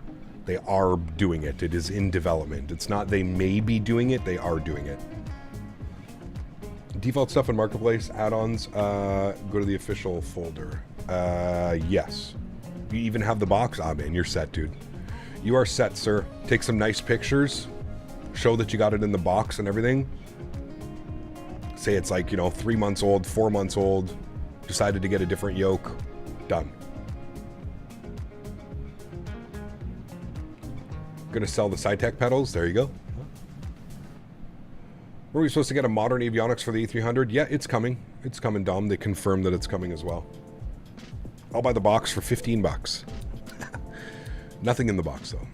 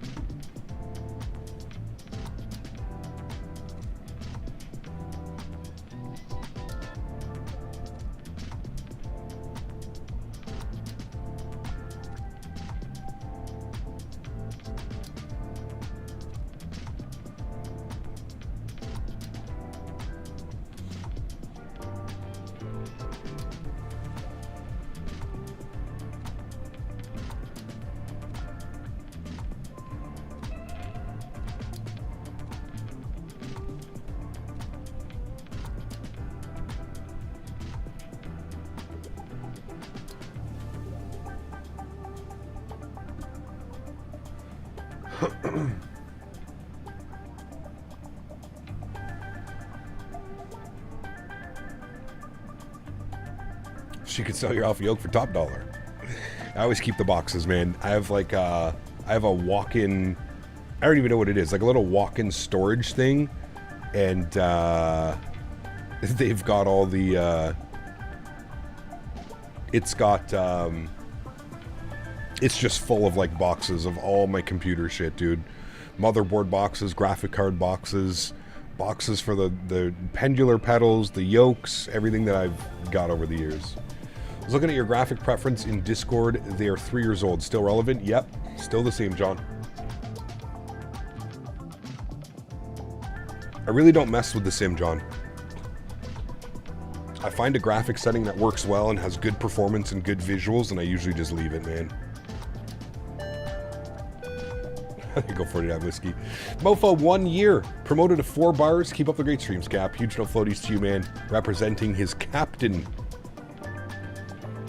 Bars in chat. Thank you very much, Mofo, for 12 months. Appreciate you, man. Guys, get some love for Mofo. Do I still get the free gifted membership gifting? Do I still get the free ones? Hey, I do.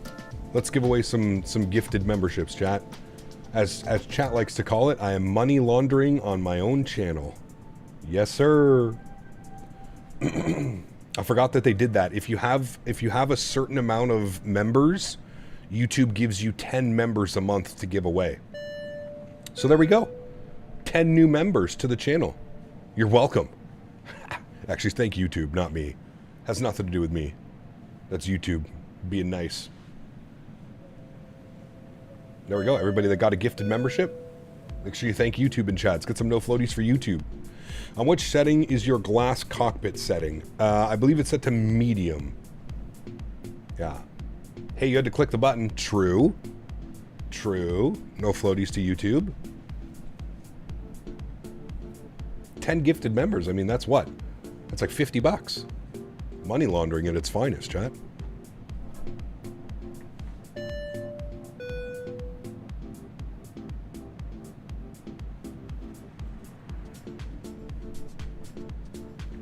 Taking big tech's credit, you are.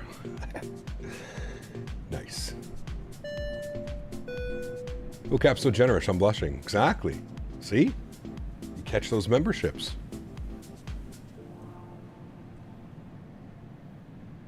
When will we be back in the A300? I don't know, man. For the next little bit, we're going to be doing some MD-11 and some 777 action. Yeah. Chad, are there any MD-11 routes in Europe that we could fly, like cargo routes? Like, not to Europe, but are there any cargo operators in Europe that operate the MD-11? Yeti, welcome back to Business Class, man. Huge no floaties to you. Thank you very much for the continued support, man. Appreciate you, dude.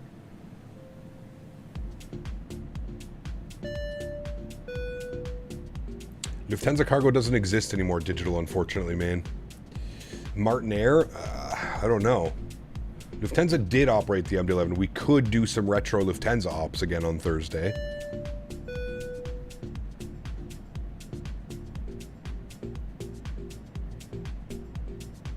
Be cool if we could get like a list of like what their old MD-11s used to fly, where they used to fly. Do you believe any builds will be able to make their flagship by the end of the year as promised? If there's any company that I trust to do it, Max, it's going to be any builds. They usually don't mess around when they give timelines.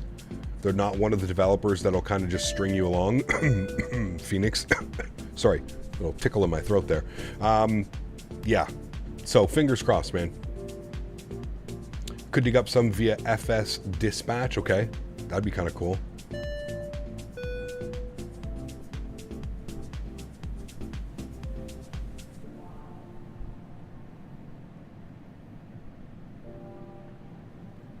I don't think anyone in Europe is operating the MD-11 anymore. It kind of sucks, man.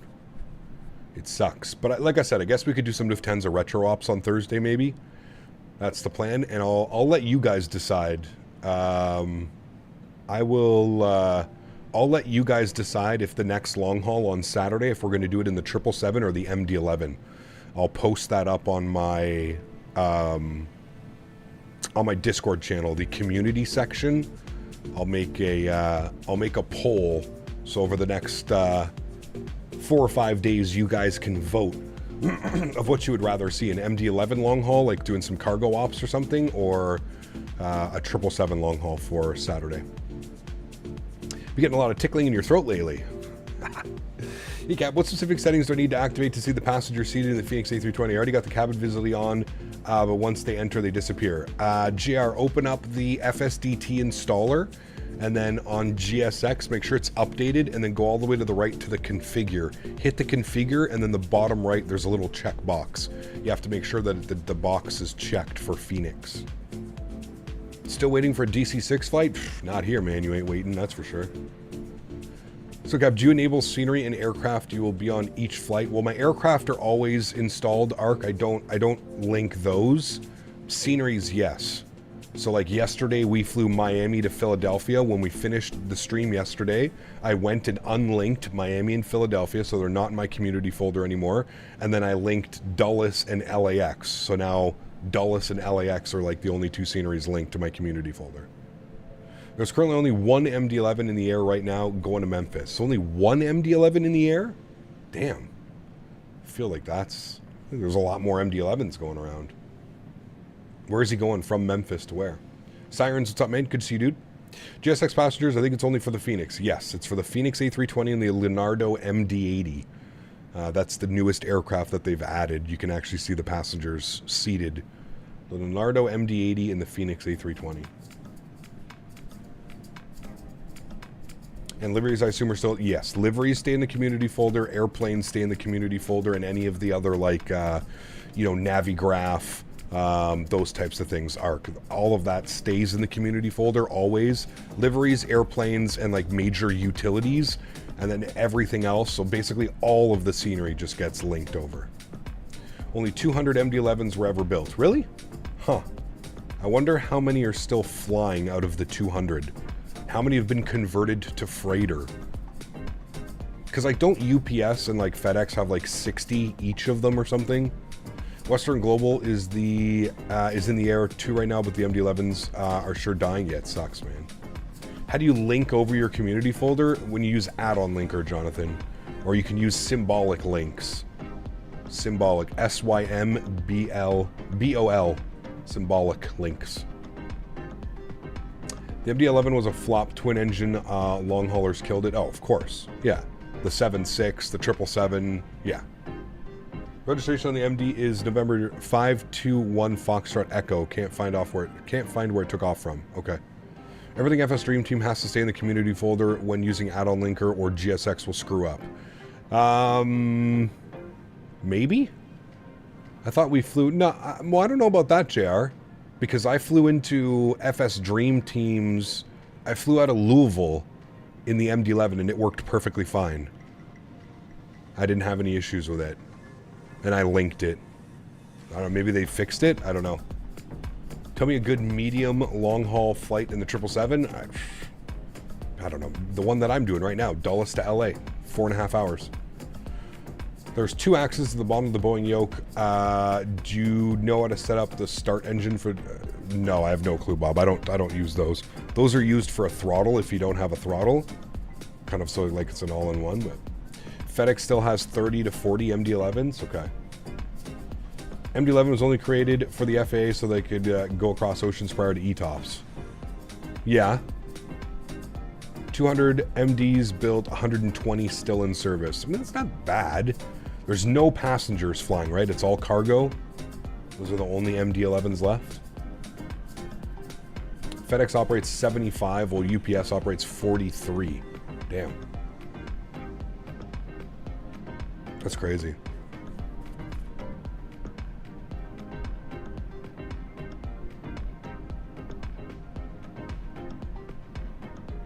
You excited for the A-Builds 350 showcase on the 22nd? Yep, absolutely, man.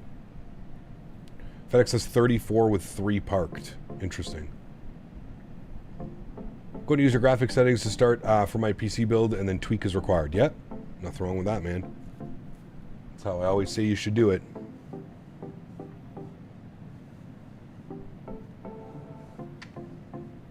I mean, I don't really think the A300's that bad. 9685, I also am using FrameGen mod. It's definitely the heavier of the airplanes that I have, but I wouldn't say it's like, you know, not flyable. I still get 65, 70 FPS everywhere I fly it with FrameGen on. Remember the good old KLM MD-11 at Amsterdam? Unfortunately, I was too young to afford a trip with it. I don't know if I ever went on an MD. I'd have to ask my mom.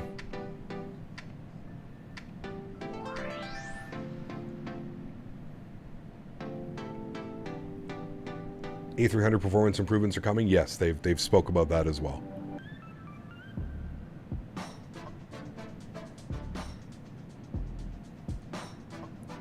Yeah, again, I wouldn't necessarily say significantly better, but you know, out of all the airplanes that I have, the A300 definitely is the heaviest on performance. I will agree there.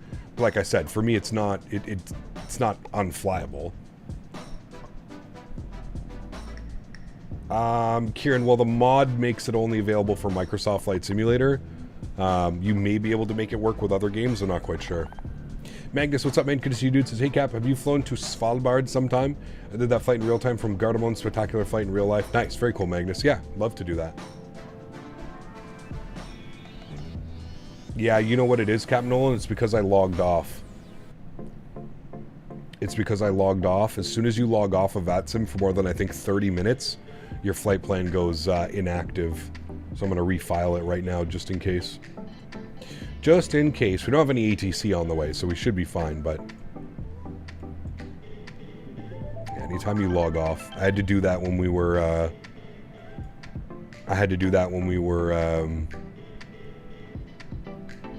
doing our transatlantic the other day, and I logged off.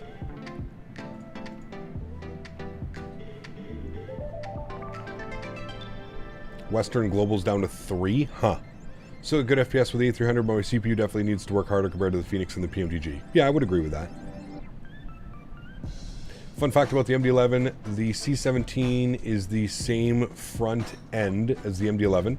Wife's uncle worked on both programs for MD and Boeing here in Long Beach. What really killed the MD-11, DC-10, L-10 were the fuel wars of the 90s. Yeah. ZLA is online? Nice. Mom's dog is good, Yavuz. Yeah, she's still in quite a bit of pain. She just had the surgery last week, so... but on the mend to recovery. What do you think is the most unflyable plane because of performance? I don't know. I don't know. There's really not really any, to be honest with you. Where are we over right now? I think we're over Oklahoma. Getting into Denver soon. What's this? Garden City, Kansas City. So we're over Kansas. think we actually fly right to the north of Denver. Actually, quite north of Denver. And, sorry, to the south of Denver, to the north of Albuquerque. And then we're down and in. We're going to go right past Vegas, right in between Vegas and Phoenix. Down and in. We should actually get a nice view of the Grand Canyon. We were like right up here in the Grand Canyon, around here, I believe, somewhere up here. We went to the Grand Canyon a couple weeks ago. It was quite the drive from Vegas, two and a bit hours each way.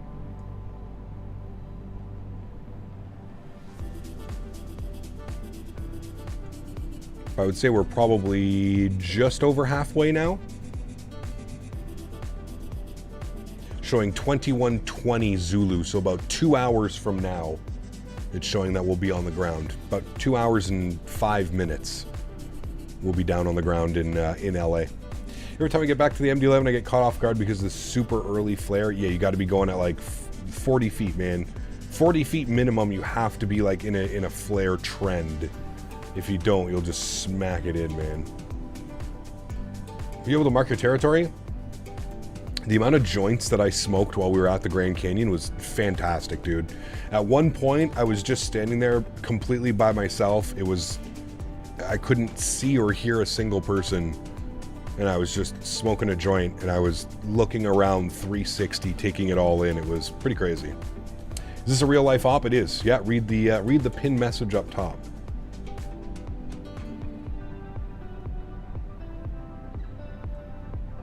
You are now the northernmost plane on VATSIM. Jesus. Hi, Smitty. Bye, Smitty. He's somewhere down there. Speaking about China, can't wait to have a Comac C19 in Microsoft. Who's making one of those, Captain Riyadh? Is anybody going to make one? At the northern tip of Greenland, about to fly directly over the North Pole. Jesus. Where are you going?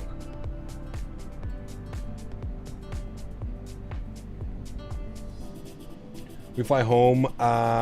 It's a stop in Tromsø. Airport, had to get off the plane and check in again. Maybe you can do that Scandinavian flight sometime in the future. Yeah, that would be fun. I love flying to Norway, man. Norway is one of those beautiful places to fly. There's so many cool little airports. Breathtaking moment? Ah, dude, it was insane, Sean. Absolutely insane, man. When we got up to the edge and there was no rail, there was nobody there like, hey, don't get too close. When we got right up to the edge and you look down and it's, 3,000-4,000 feet straight drop down, buddy, my hands were dripping in sweat. It was crazy, man. JFK to Hong Kong, polar route because Cathay can't fly over Russia. Or they can fly over. Got you. FedEx, UPS, and Western Global, only ones still using the MD-11. Damn. Over a mile straight down. See? There you go. It's crazy, man. Ask Mopar how close he got to the edge. Dude, that shit was insane, Kev. Like, I'm still thinking about that, and I'm still thinking about, like, if we were in Canada or we were anywhere else, there's no chance they would have even let you get 10 feet away from the edge. No chance. No chance at all. But, like, fuck. They don't care, man. It was crazy, dude. It was crazy. Got close once. And by close, I think you mean 10 feet at least. At least 2 Mopars. Standing. The second spot was insane. Like, I remember when we got on the bus and the little bus driver lady was just like, second stop, best stop. And like, I remember she was like, you're gonna love it. You're gonna love it. Remember she kept saying stuff like that? Remember Dan with his 40-foot fishing pole? Dude, man. That thing was insane, dude.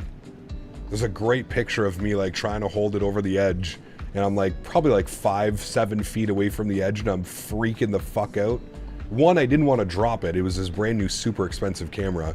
And I'm holding it over the edge of the Grand Canyon off like some fishing pole thing. Ask Blue, I walked up to the cliff right when we got there. Oh, that one. Yeah, you're right. As soon as we got off the bus, there was that area. Yeah. Just a little gust of wind. Dude, that's what I was nervous about, man. Like Flyboy, dude, this guy's insane, man. Of course he's in the fucking Navy. Flyboy literally walked up to the edge, put like his foot off the edge, and took a fucking selfie of him standing literally off the edge of the Grand Canyon. And I was like, dude, if my knees would buckle. My knees would buckle if I even attempted to do that, and I would fall and die. 100%. There's not even like not even a slight chance that I would survive that. Nope. I would literally buckle. Like my heart would give out, my legs would give out, something would just cease to not exist anymore. Man. Like, guy's fucking nuts, man. I could not believe, like, I'm watching him do this and I'm like, dude, one misstep, one trip over a rock, you trip over your shoelace or your shoe or something. One trip, you're gone. That's it, man. Nope. Like I said, dude, I had to get like, I don't know, I think the closest I got was probably like 2-3 feet away, and like my dude, I would hold my hand up and my hands were literally dripping sweat. Are you good with witness statements? Fuck, man. Dude, I told you, we got home that night. I got so stoned that I was like falling asleep, and I kept having this like dream in my brain that like one of us tripped and fell over. I kept having this dream of like being woken up, like, you know, like when you're like about to fall asleep and you like, you know, 3 feet. You think I went closer than 3 feet? I don't know, man. I feel like 3-4 feet was probably the closest I got. I got far enough to like lean over and look down. Close enough, I guess, to do that, but I don't know, man.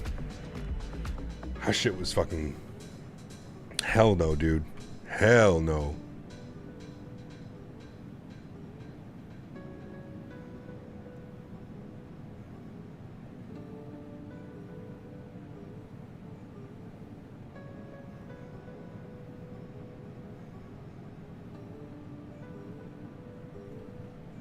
The pathway at the second spot was insane. Yeah, it was wild. More like 10-15 feet? No, stop it. That's no. I got close enough to like look right over the edge, man. I feel like I got at least 5 feet away. I feel like it's probably the closest that I got. Got some great pictures though, man. Like some phenomenal pictures. And it sucks because it's so hard to like tell on you know, it's so hard to tell through phone pictures what it was like. But man,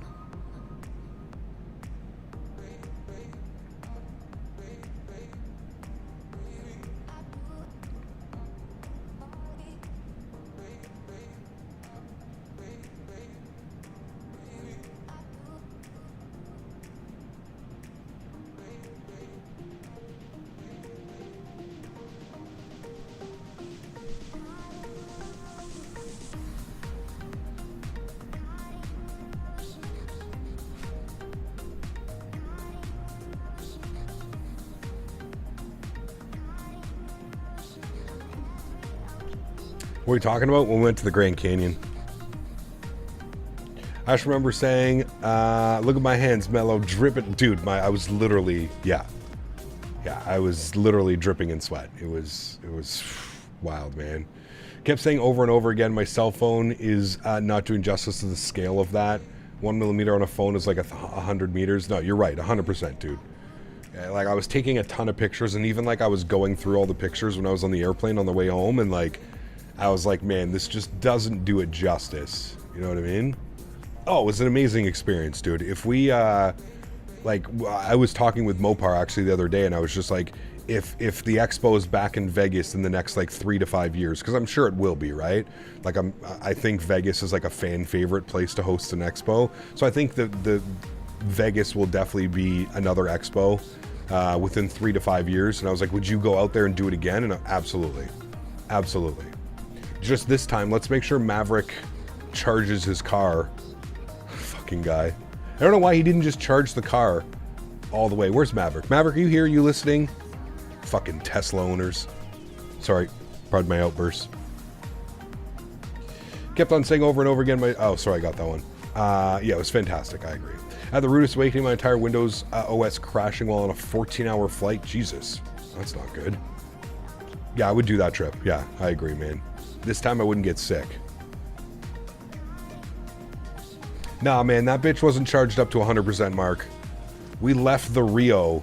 He left the Rio, and that bitch was at like 40%, 50%. And I kept telling him, I'm like, he's out front of the hotel waiting for like 40 minutes for our dumbasses to come down from the room. Or I gotta smoke a joint first. I gotta go to the bathroom. I gotta get water. I forgot my hat. I forgot my shoes. I'm like, bro, he could have been charging the car. He should have just gone, left it plugged into a supercharger until we were like, okay, we're on the road, or okay, we're heading out now. You know what I mean? Did you all have to push the Tesla? No, but when we got to the Grand Canyon, he had to ask the people if he could like plug in his like, you know, like the little charger that comes with it, and you just plug it into like a regular plug. He had to charge it at the Grand Canyon off like a little like 9-volt fucking plug, man. It was insane. And then they had to stop on the way home too at like a gas station and supercharge for like 20 or 30 minutes. Cap, do you know what the purple folders mean in the add-on linker? I don't. No. We saw the Hoover Dam. We didn't go to the Hoover Dam. No. I've seen enough videos and stuff, but... He charged his Tesla off the Colorado River. Exactly. What do you think of the new 7.3 sound pack? Sounds good, Landon, from what I've seen. I almost lent him my phone bank, my battery bank. Will this charge?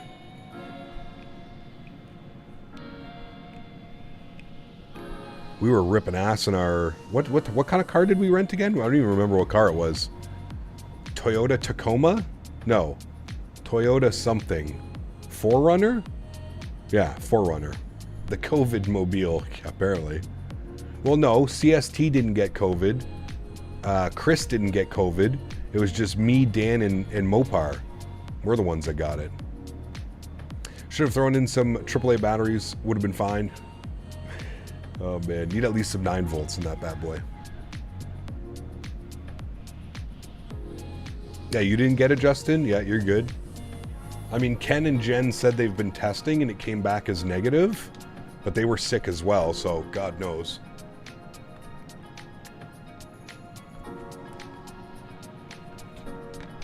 Maybe it was just past the point. You didn't get it, Mark? Okay, you're good. There was a bunch of people that got it, man. So I just jumped in. Who takes a Tesla on a road trip without planning where to charge it? Well, no, he did, Captain Stealthy.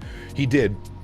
Like I said, I think what happened was he charged it up to a point where like they were good, and then he ended up waiting outside the hotel for like an hour, blasting AC, waiting for us. Because like, you know how it is, man. When you're on vacation and you try and get, you know, 15 people all into 3 cars, you know how it is, man. Yeah, that's right. Monsieur Jarvis was sick too. Yeah. Did the people who got COVID pass the joint around? No, there was no joint passing, AJ. I rolled my own, and I rolled everybody else that wanted their own. Like, people are like, Cap, can we smoke a joint? And I was like, hey, man, I'll roll mine, and I'll roll you one. How about that? And we can stand together in a circle and smoke our own joints. That's pretty much how I roll since COVID, man. Very, very, very rarely do I share a joint or pass a joint to anybody. Hey, Cap, what hand do you use to fly with the TCA side stick? Left hand, captain side. Otherwise, I'd have to rebrand as FO Canada. Clearly they were holding hands. I mean, I probably could have used a hand to hold at the Grand Canyon. This shit was wild, man.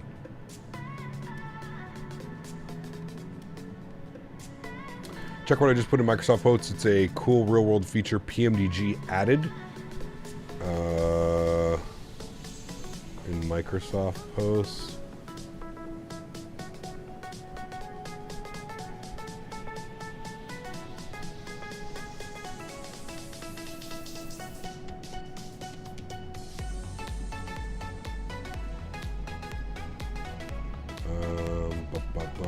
Where'd you say you put it into? Microsoft Posts?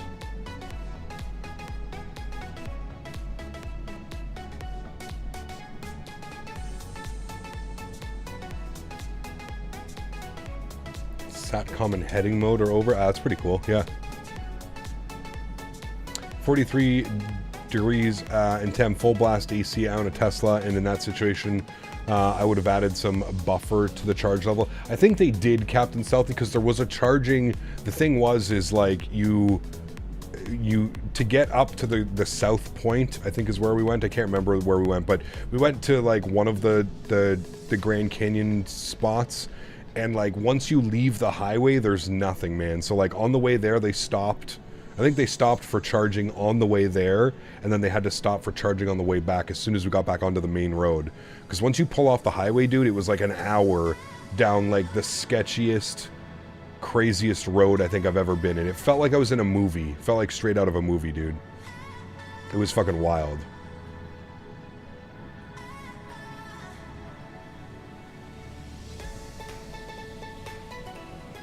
It was just spread like wildfire, coupled with a huge turnout for the expo. Yeah, well, exactly, right? And I feel like there was just so many people from different parts of the world, Greg, right? Like there was so many people from Europe, from Asia, from everywhere, man.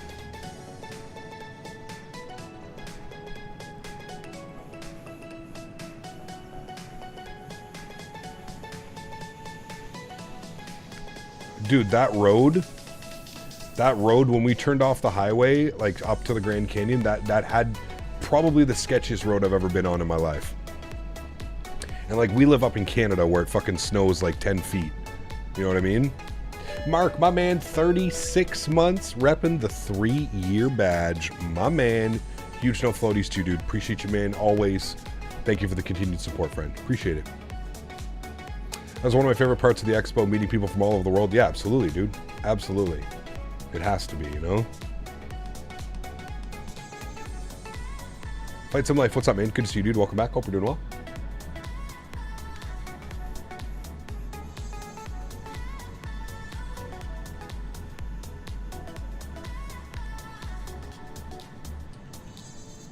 You bought the 777, you haven't had a chance to fly it yet? That sucks. Oh, dude, the way that the road was just like constantly up and down and up and down and up and down and up and down. And you're going through these little towns and it's just like broken down, run down trailers for miles. Just like, it literally looks like some like Breaking Bad type shit. It was so weird, man, to me. It's so crazy. I couldn't figure out what was going on. Like, I was like, there's no way that's a town. There's no way that's a city. Oh, it's insane, dude. It was probably one of the coolest places I've been to, and fuck, that I can remember, man.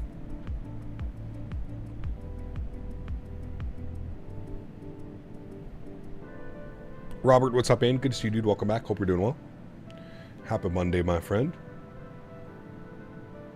We're ready for a step climb, chat. We're going to go to 380. 380. Step it. Let's go. Just in time for those clouds in front of us.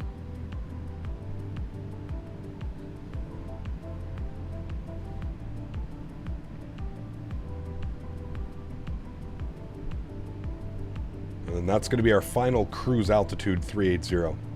You ever seen those movies, The Hills Have Eyes? Then that's exactly what you were experiencing. Yeah, 100%, dude. 100%.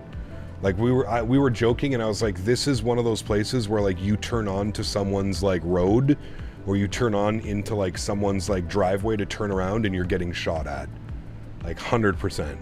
This was like the middle of nowhere. And like I said, what blew my mind was the amount of like buildings that were just on these properties.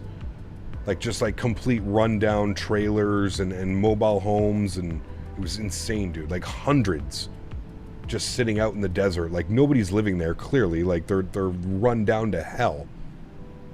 Remind me of like a post-apocalyptic like nuke town. It was weird, man. It was weird. Compounds, yeah. In an essence, for sure. There's a few crazy places, man.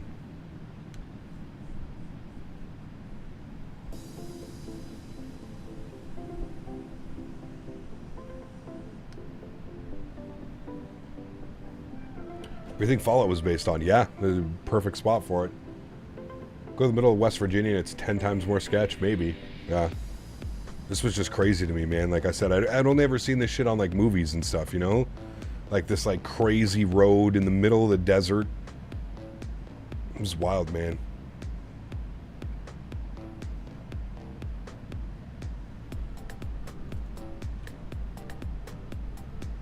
There's clouds out there in front of us. The whole U.S. Southwest is like that? Interesting, man. Which FD sim pack just released? 737 or the 777? The 777 mark. Somebody released a new 737 sound pack and it's on flightsim.to. Has the summer come early in your area? I mean, it's been pretty warm, Travis, for the last little bit, yeah.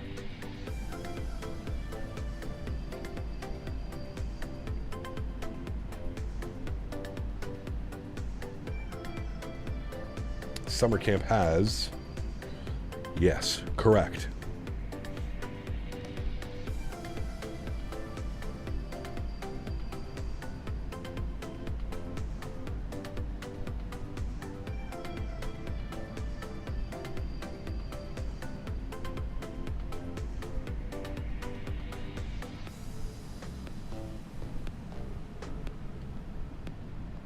Trying to find it now on Patreon. Dude, it's...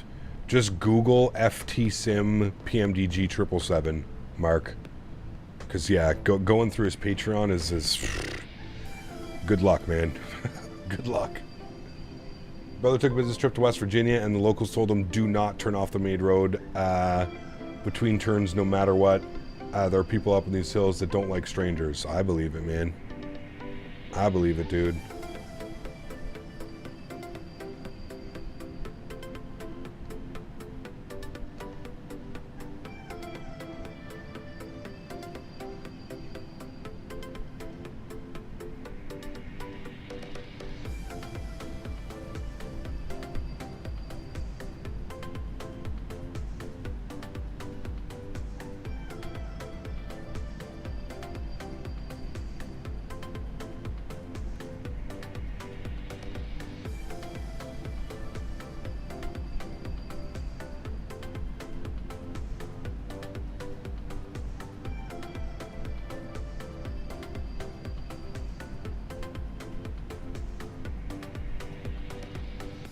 You have purple trees reflected in the sim. How can I fix that? Deinstalled Rex AccuSeasons perhaps because map enhancement?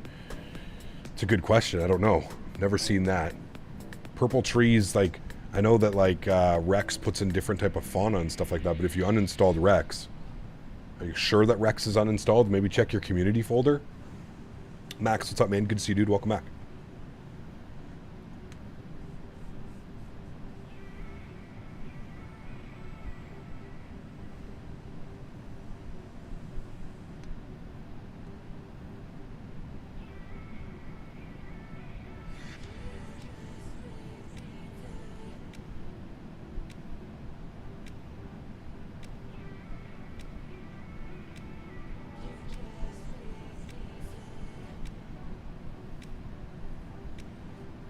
Yeah, AJ's right about that one as well. You need to revert back, then uninstall.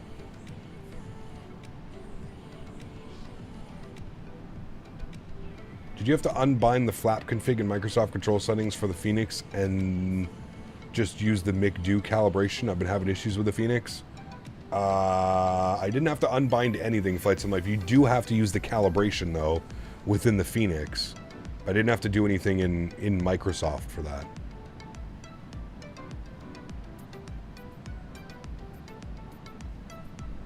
Where are we approaching? We're just north of Denver now? Yeah, we are. Colorado Springs, Denver, Cape Hub. Pueblo. Pueblo.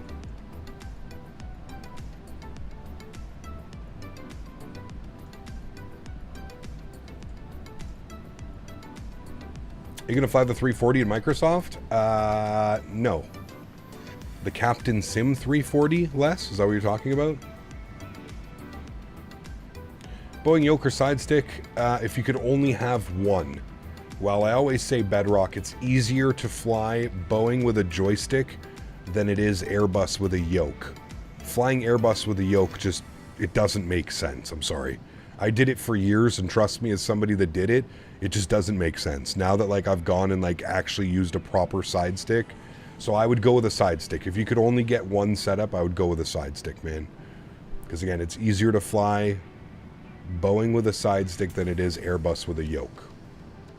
You know, you will never see Latin VFR products on my stream, Les. You'll never see Captain Sim, you'll never see Breedoc, you'll never see Latin VFR. Those add-ons do not belong on my channel. There's other creators you can go and watch if that's what you're into. If you're into seeing those types of planes. Not for me.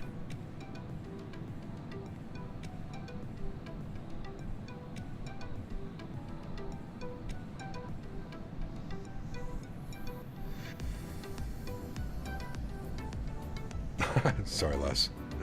I didn't know how to say the rest of his name.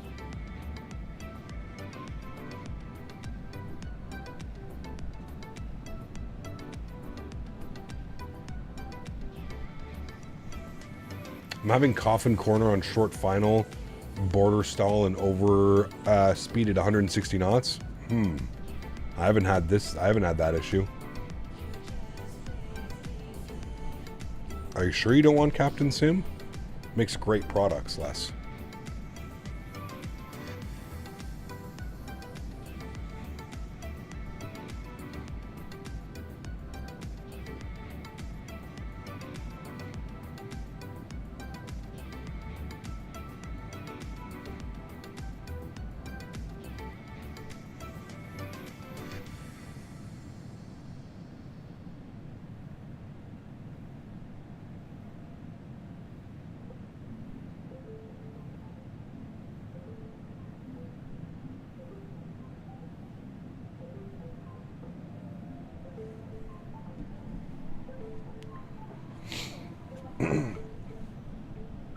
Well, Latin VFR and Captain Sim are pretty much the same things, man. I hate to break it to you. One is not really any better than the other.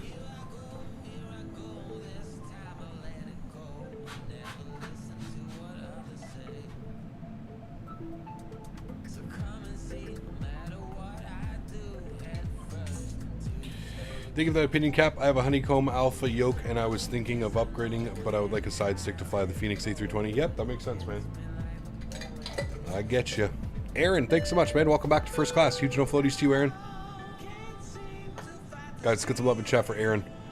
Coming back as a First Class member. Appreciate you, dude.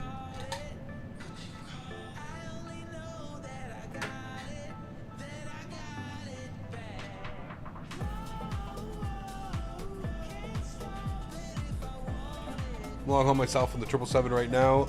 It's just really love the 340 and want that as a plane add-on above everything else. That's fine. I can understand that and appreciate that, but I still don't think it's worth supporting Captain Sim or Latin VFR.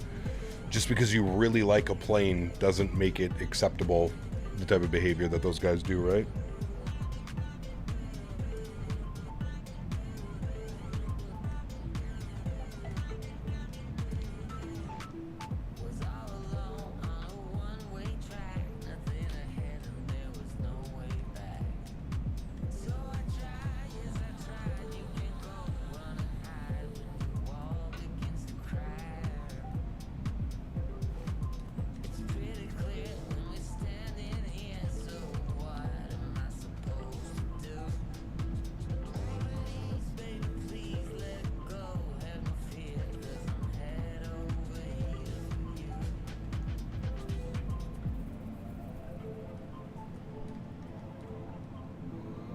Thought Captain Sim made good add-ons for P3D. Now I haven't used them P3D. I think it's more back into the FSX days. They used to make okay products.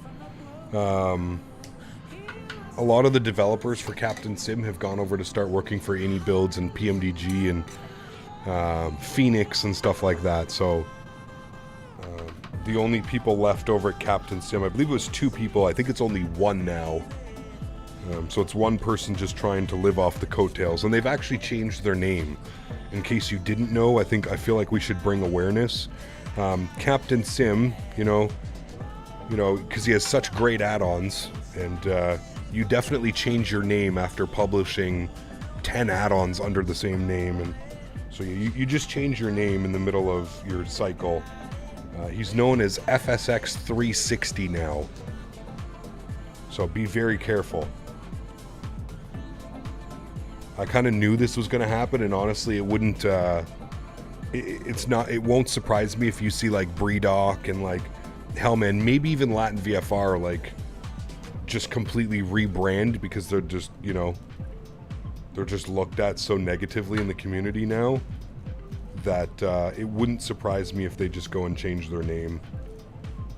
I kind of figured it would happen. Honestly, it's taken longer than I thought it would.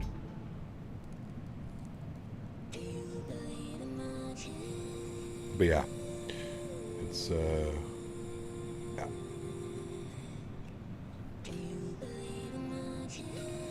Just set up shop under a different name to avoid all the scrutiny. 100%. 100%, man. Like, I guarantee you, when I saw that they did that, when they rebranded to FSX 360, I laughed, and I said, okay, well, Breedoc is next. I guarantee you, you'll see, you won't see Breedoc developing something else, but you'll see some other name or something come out and start developing. It's only a matter of time, man. Probably when Microsoft 2024 comes out. Hey, Pilot Sammy, read the pinned message up top for me, please. There's a reason that I have pinned messages up top. It's to avoid answering the same question 100 times per stream.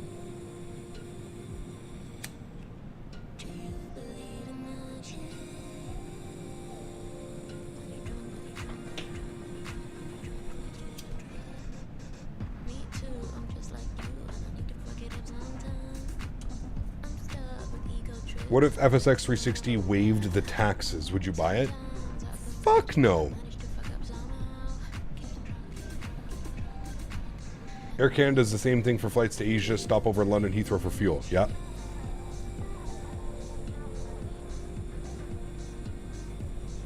You could not pay me to use Captain Sim products. Could not pay me, man.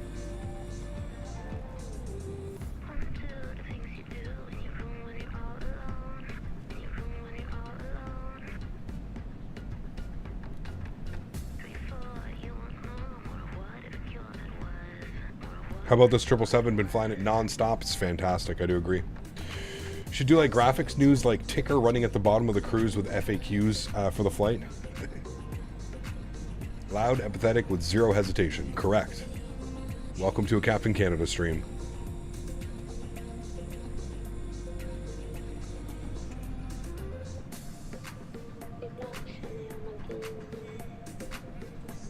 Should do the Expo landing competition in a shitty plane so no one would have an advantage. Maybe next year we can do that. We'll see, man. And we use the default A320 this year. It doesn't get any more shitty than that, in my opinion. Even with the name change and the tainted name of Captain Sim, will still be there. Well, it's hilarious, JR. So you go to like, look at like his, look at if you go to the marketplace and you click on an FSX 360 airplane, it like opens up and it shows you the liveries that it comes with, and they're all like Captain Sim liveries. Dude, it's fucking hilarious. It's just like, go away, man. Go away. You had your 15 minutes of fucking fame when the simulator was out for 3 years and there was nothing else to fly, so people opted into buying your piece of trash garbage airplanes. Just go away now, man. Take the money that you made and fuck off. You know, like that's what it should be. It's insane that they're like in the middle of trying to like rebrand, but the rebrand is so half-assed and they don't want to spend any money or time or effort. They don't want to do anything, so they just give it a new name. But again, the second you click on an FSX 360 aircraft or scenery or whatever, it just immediately pops up and shows like Captain Sim liveries all on the airplanes and shit. It's fucking ridiculous, dude.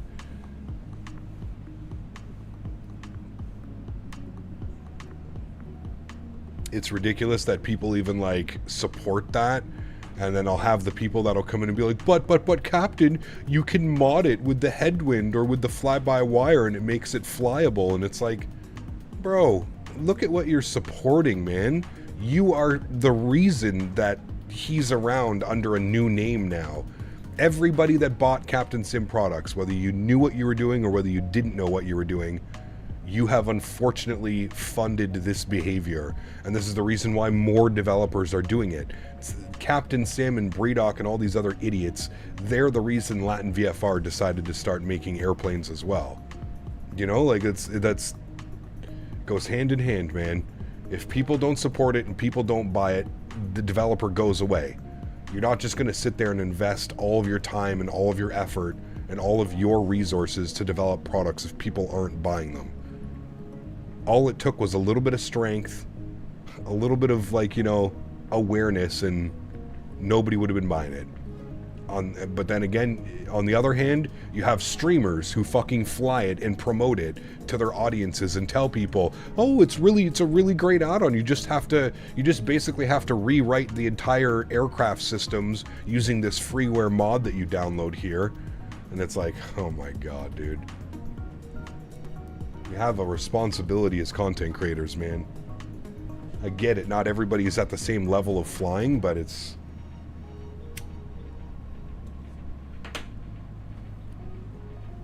Can't be promoting this garbage, man. Microsoft enabled with the Xbox in the marketplace, where every garbage product will consumed by the console crowd. Well, again, it's not... I feel bad for the console crowd, man. They've been starved, dude. Like, I understand that now, you know, they've got the 737 by PMDG. We've got the MD-11 coming to TFDI. They're hopefully going to get the 777 as well. So, you know, I feel bad, man, that they you know... That's why I always laugh. That's another thing that really makes me laugh, is like Latin VFR's statement on it was just like, oh, well, we made these airplanes that are, you know, not so high fidelity so that, like, we could accommodate the Xbox crowd. And it's like, well, I don't understand, man. Why wouldn't you want to make a good quality add-on? Like, that's fine. Your target audience can be Xbox, but, like, you're basically just admitting, like, hey man, we half-assed this because it's for Xbox people. PC people aren't going to enjoy it because they have access to, you know, Phoenix and Fly-by-Wire and PMDG and some of these other developers, Any Builds, blah, blah, blah, blah, blah. But it's like, why even take that stance? It's such like a shitty stance to take. Like, why wouldn't you want to develop an amazing quality product for Xbox, which can then translate over to PC people as well? Your excuse is just, oh, we built this for Xbox, so like it has, you know, very basic systems, no custom autopilot, no custom FMC. I don't know, man. Again, it's just a slap in the face to the Xbox community, in my opinion. These guys can't even spend, you know, 6 months to a year. How many airplanes have they pushed out in 6 months? Fuck. 5, 6 airplanes?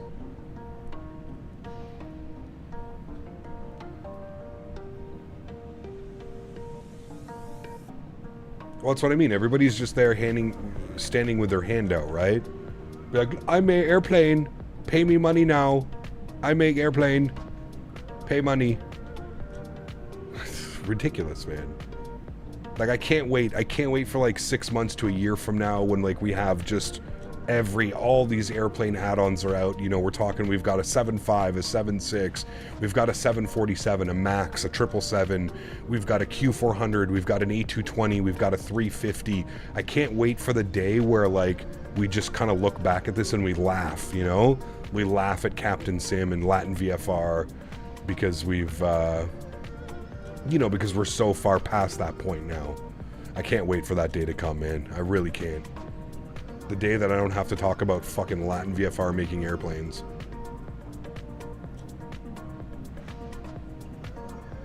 I will rejoice this day.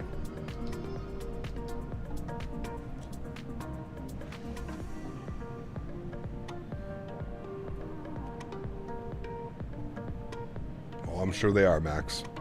Thought the Snaptic A220 was taken over by someone else. Is going to be a payware product now. Correct. Yes, Captain Stealthy. It was Any Builds and Synaptic are working together on the aircraft. Yes, it will be payware. They're probably waiting to see if Phoenix and PMDG planes are compatible with 2024. The developers need to spend some time adapting their products to 2024. Captain Sim will take advantage. Probably. Yeah.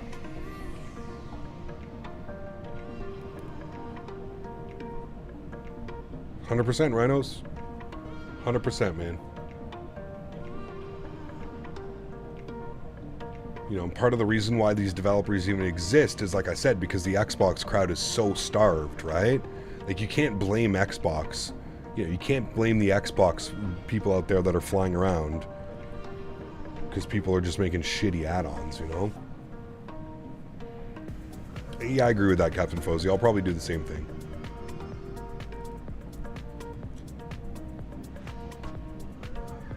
Who knows if that A380 is coming out anytime soon, man. I mean, they keep showing us like videos and teasers and stuff like that, but who knows, man.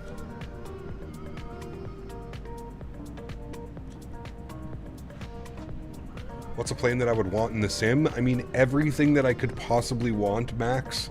Sorry, who asked that? 7. Everything that I could possibly want is in development right now, man.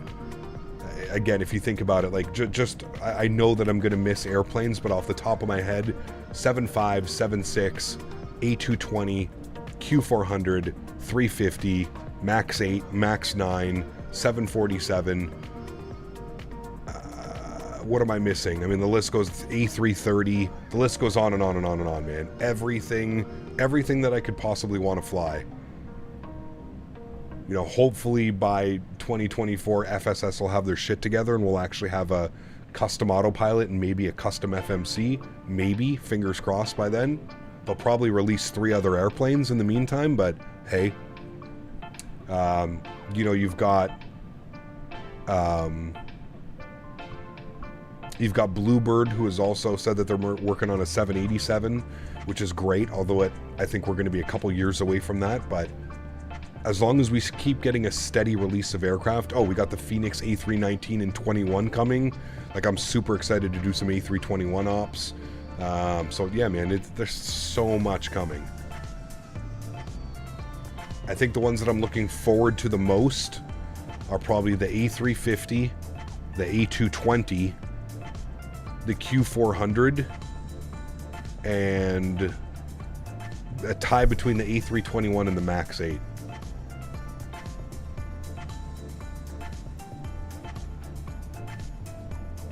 Yeah, we'll see how that goes, Erin.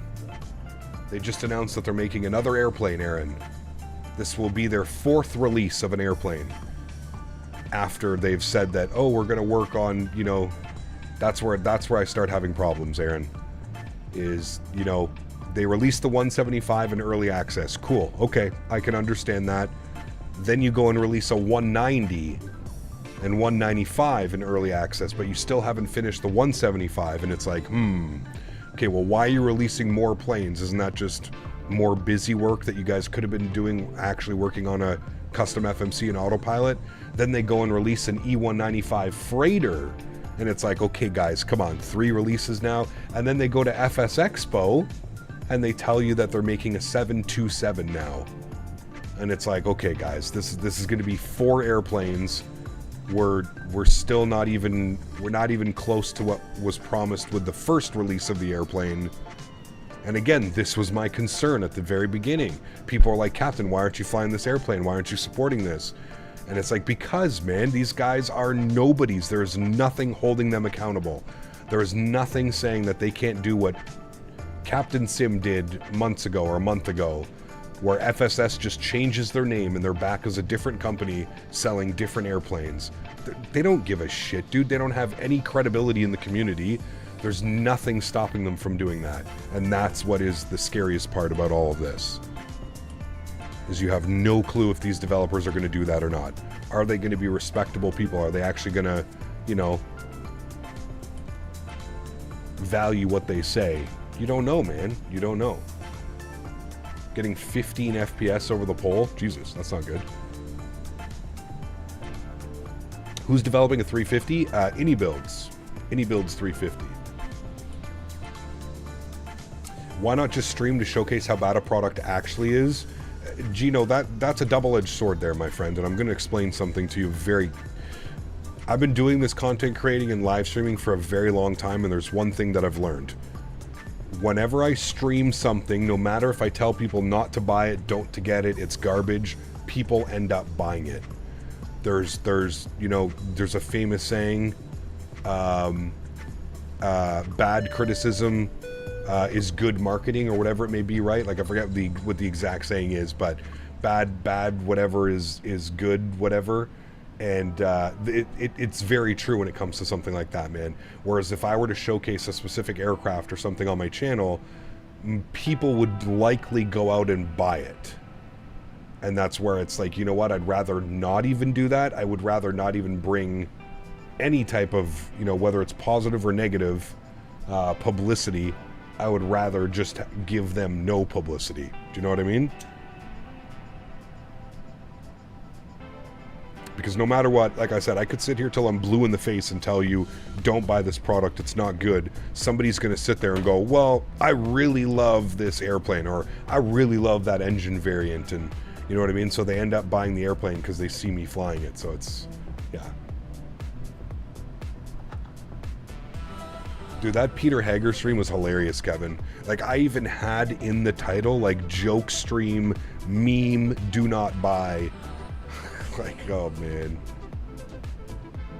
Gab should make a podcast confronting Captain Sim. Nah, I can't be bothered, man. Again, that's just more publicity, Alyssa, for them, right?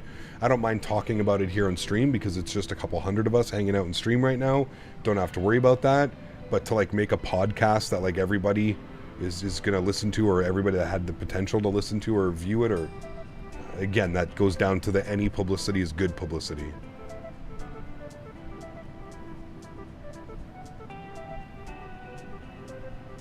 Just not worth it.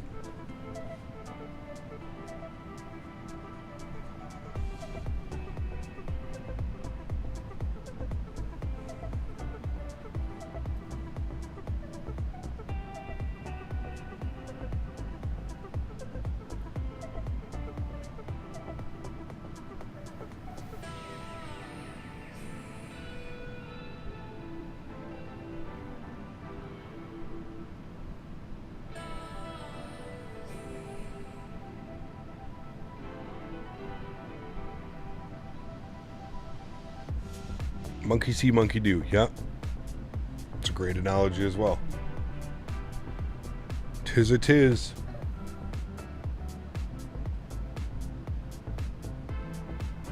Friends, we still don't have top of descent. It's still showing 21:20 Zulu, which is an hour and 15 minutes from now. We'll be on the ground.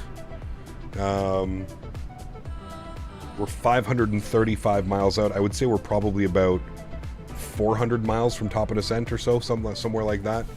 I'm going to step away for a minute. I'm going to take Daisy outside to go pee quickly. I'm going to grab some water. I'm going to hit up the bathroom, and then I will be back, and we'll be back on camera. I don't know why we're getting traffic warnings. That's not good. Who do we got in front of us here? We've got somebody behind us and somebody directly in front of us. Where are you?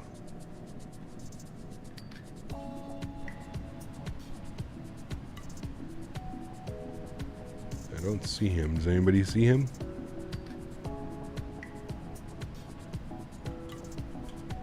Don't see him. Getting a traffic warning. There's somebody right behind us, but he's below 2,000. This is showing right in front of me. Let's see who this is.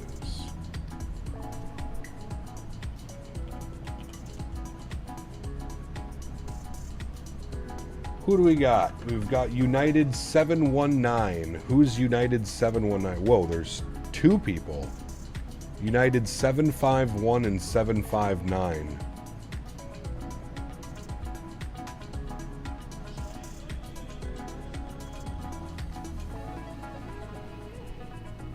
There's two people like right on top of me.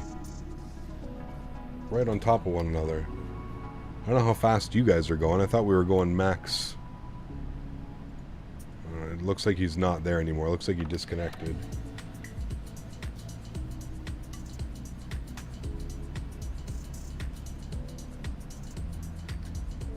There's 751 and 719. We're like right on top of one another. We're not going like, we've got 836 in our mock. We're not going like full. Okay, well, it should be good. Just let me know. I can always disconnect, man. I don't really give a shit. Only 2 naughty planes today?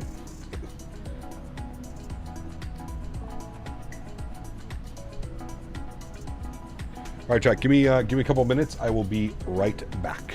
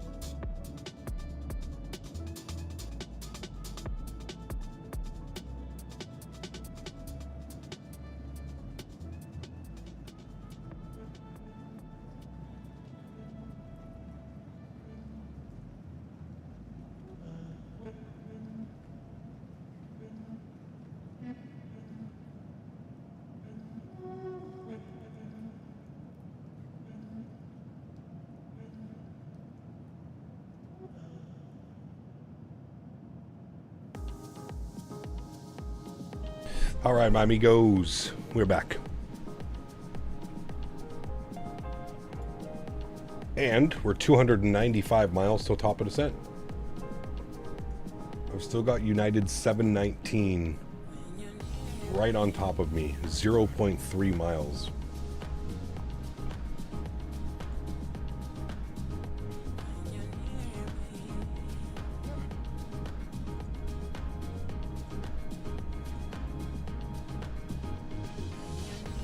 We are on our flight plan, progressing very nicely.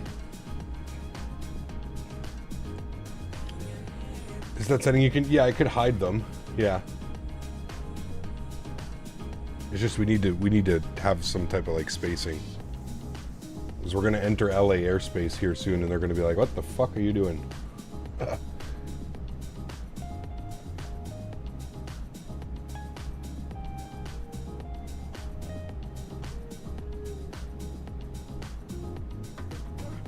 Is LA still online?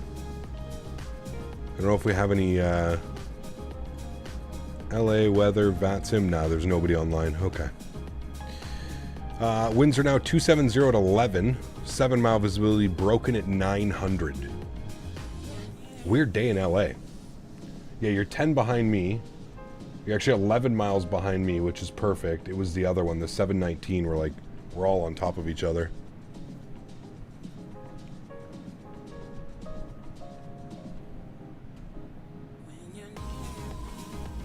Is Balso a frame gem with the GTS 1660 Super? Unfortunately not, no.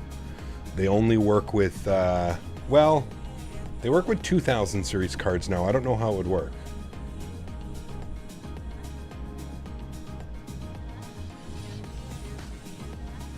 I don't know if it works with 16 series cards. I don't think so, but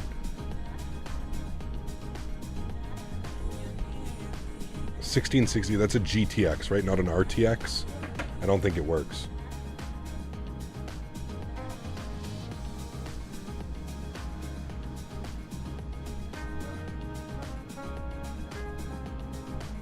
Yeah, lossless scaling on a 1660 Super, though.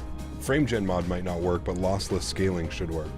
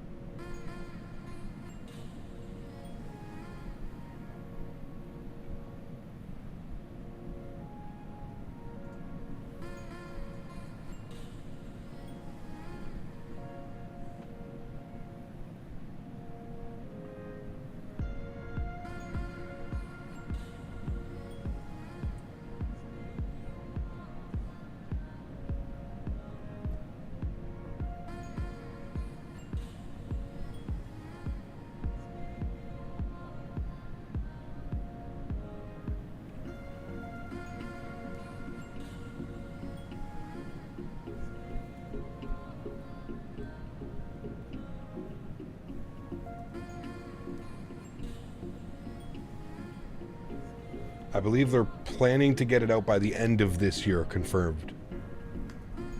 When I use lossless scaling Microsoft, my cursor lags so much. I don't know anything about lossless scaling. I'm sorry. I can't really speak more on that.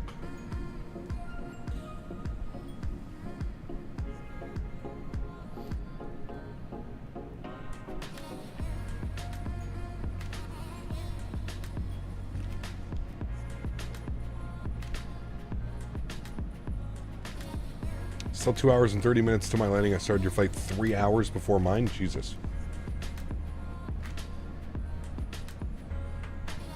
Achiever settings is ultra. High-end preset flare. So high-end preset.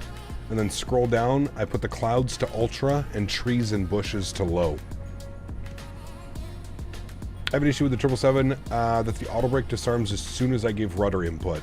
That means that whenever you're making rudder input, it's also making a toe brake input, Louis. So maybe add a little bit of a dead zone to your toe brakes. That would most likely be the situation, what's going on.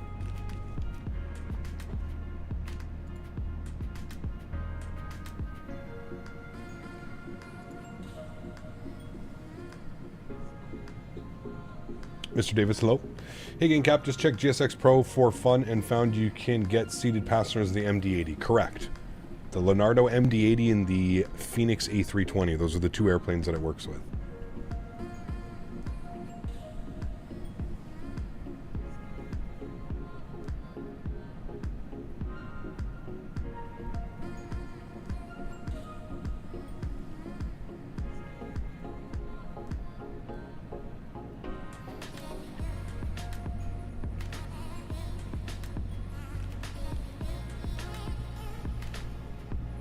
Is GSX Pro worth it? I mean, in my opinion, yeah, for the realism, the boarding, the unboarding, the loading of cargo, the pushback tools and features, the custom profiles that you can get for all the third-party airports, I would say yeah.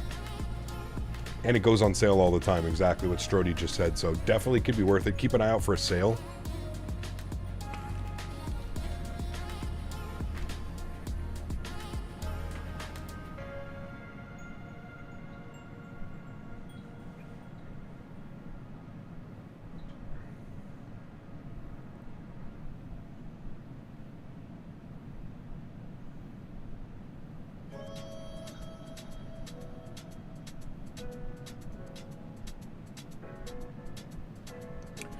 Do you have a code with Thrustmaster purchases so that there's some kind of recognition for you? Correct, Bedrock. Only if you order through the Thrustmaster website, though.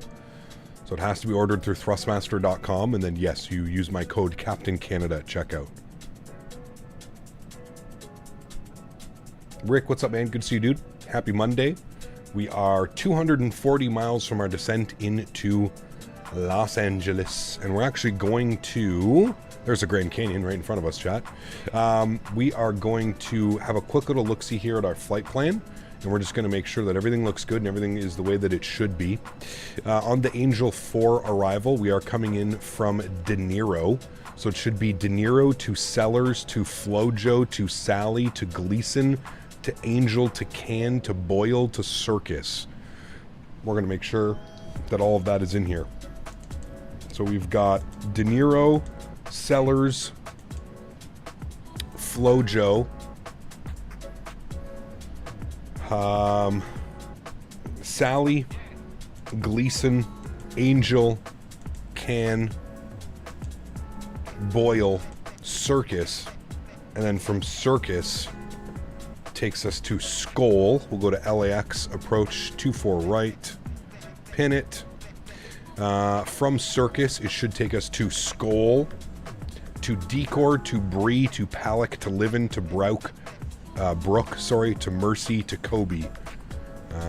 So again, Skoll, Decor, Bria, Palak, Livin, Brook, Mercy, Kobe, 24 right. Perfect.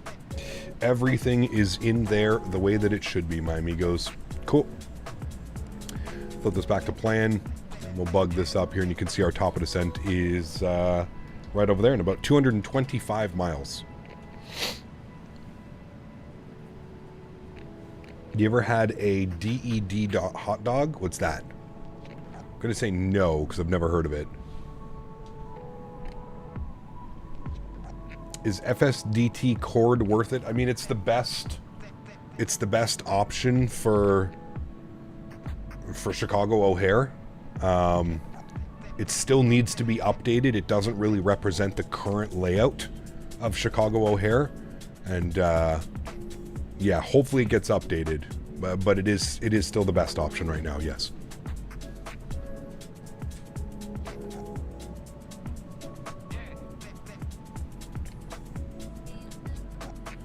You don't need to do long hauls? What do you mean? How's it going, mate? I had just finished 2 South African flights from Durban to Johannesburg and then Cape Town in the A320. Nice. Very cool, man.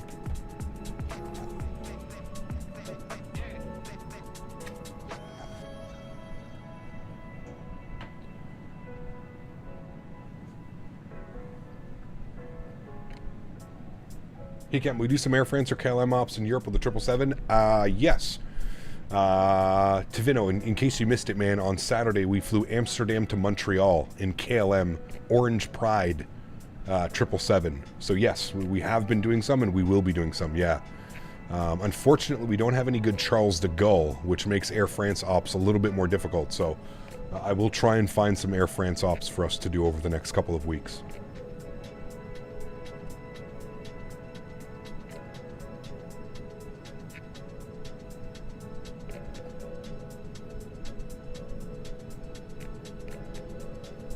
Cap, is the code Captain Canada? CPT Canada.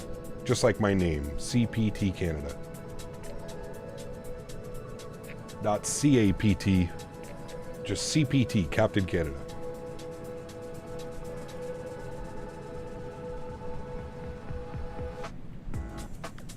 I'm doing Paris to go to Montreal right now on VATSIM. Nice, very cool.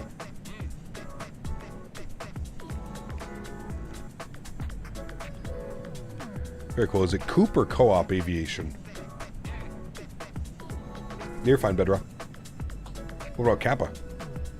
Does anyone else have issues with terrain loading? No. If you're having issues with terrain loading, that might be your internet connection to the servers.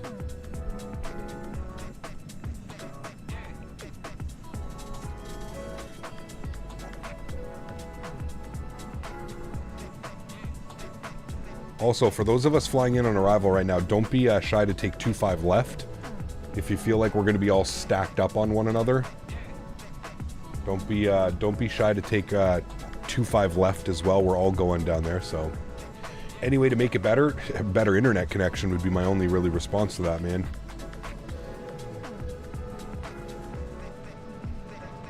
Because the data is streamed, right? So it's all based off your internet connection.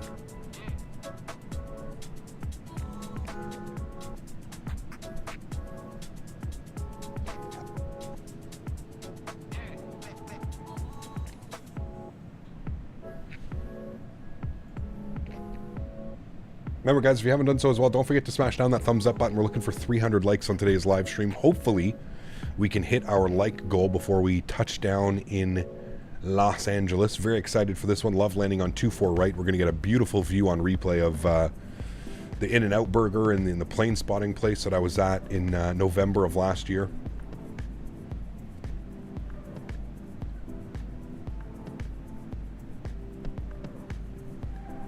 There's some great Latin American ops with Air France and KLM. Could be interesting. Yeah. Air France ops, they did the 777 between LFPG and DAG due to COVID restrictions, only one flight per day. Okay.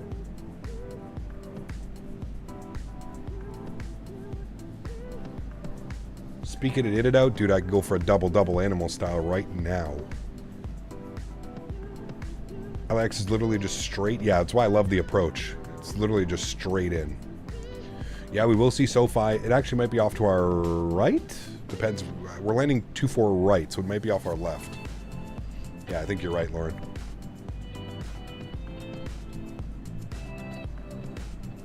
Do not fly over the pole in Microsoft. Autopilot stops working, you get down to 5 FPS. Damn, that's weird.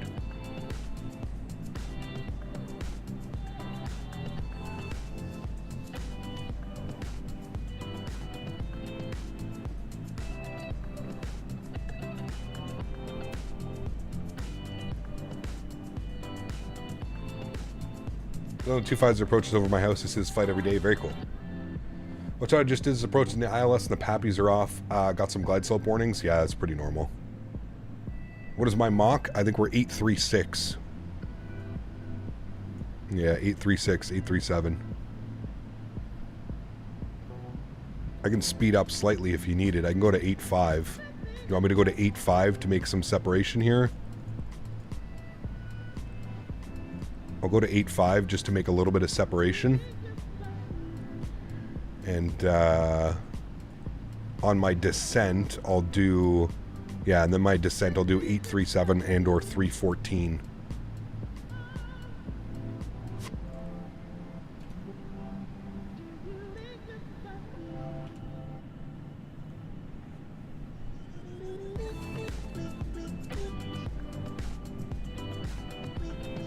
What's the difference between QNH and hectopascals? They're the exact same thing, it's just different ways of reading it. One is mainly used in Europe and South America, and then one is used more in North America.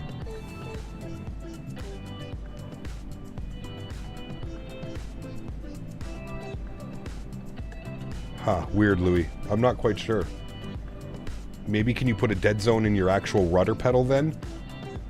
And see if that helps?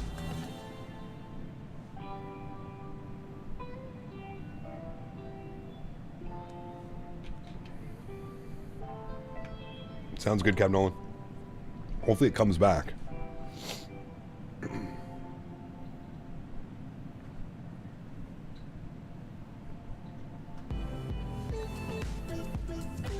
Would an Ethernet help? It could. Yeah, Flay. It definitely could. What's your internet like? Do you have decent internet connection like normally? It could be that your Wi-Fi is blocking it. Yep.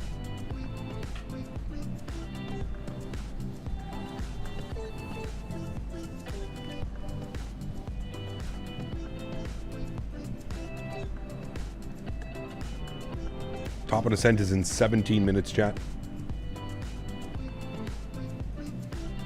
Sorry, 20 minutes. 20 minutes till top of drop.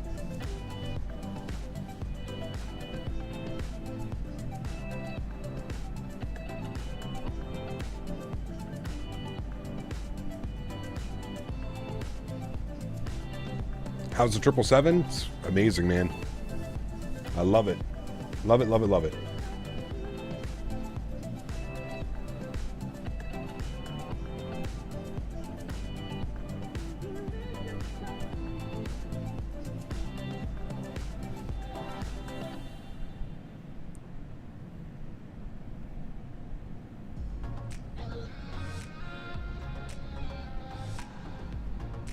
Can't even see your top of descent? Not yet. Still a ways away, you were saying, huh?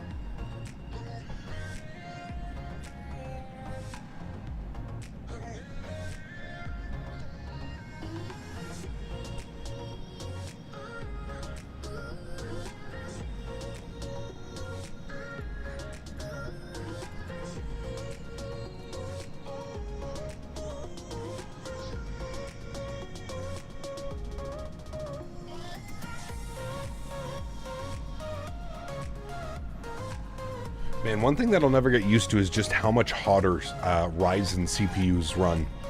My, like my stream PC right now, or sorry, my gaming PC, water cooled.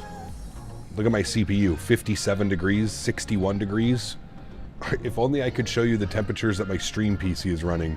My stream PC temperature right now is 82 degrees on my CPU, 56 on my GPU. So GPU between the two systems is pretty much 56 and 60 degrees. Very similar, but look at how much cooler the Intel CPU runs under water cooling than the Ryzen CPU runs under air cooling. Pretty crazy. 82 degrees right now on the stream CPU, which is perfectly normal for Ryzen chips, but still it's weird to see that high of a temperature.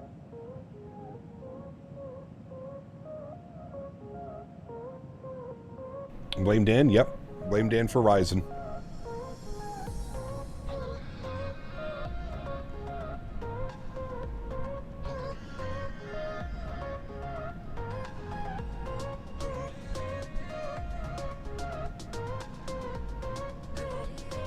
Yeah, I forget which one this is. Well, here. I think that's the command for it. Yeah, Ryzen 5 5600. But we got it clocked at 4.7. That's probably why, actually, because it's clocked at 4.7. Game PC broke down, had almost for 6 years. Might be the power supply being the reason for it. Ah, got you. That sucks.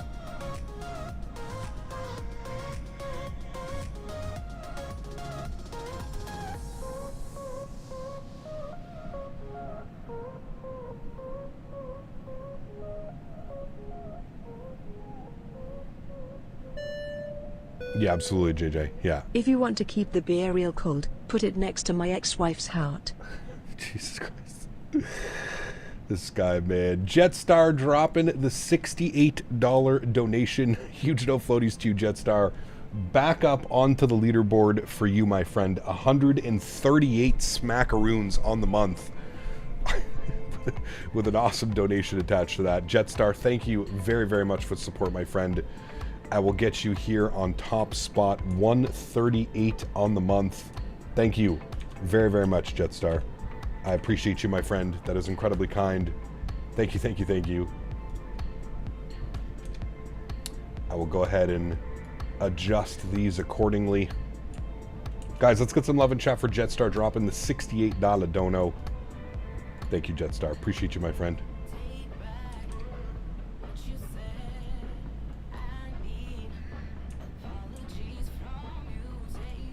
There we go, man. Thank you, buddy.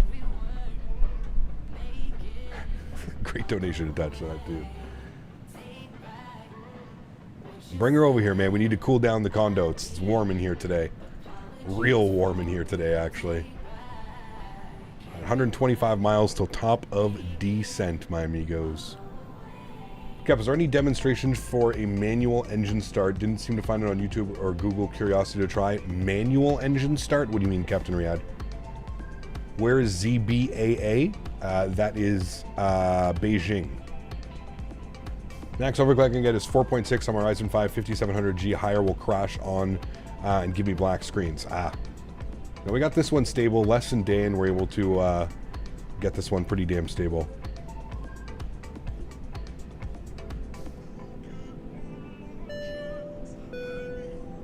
Too bad Klee isn't here to see this.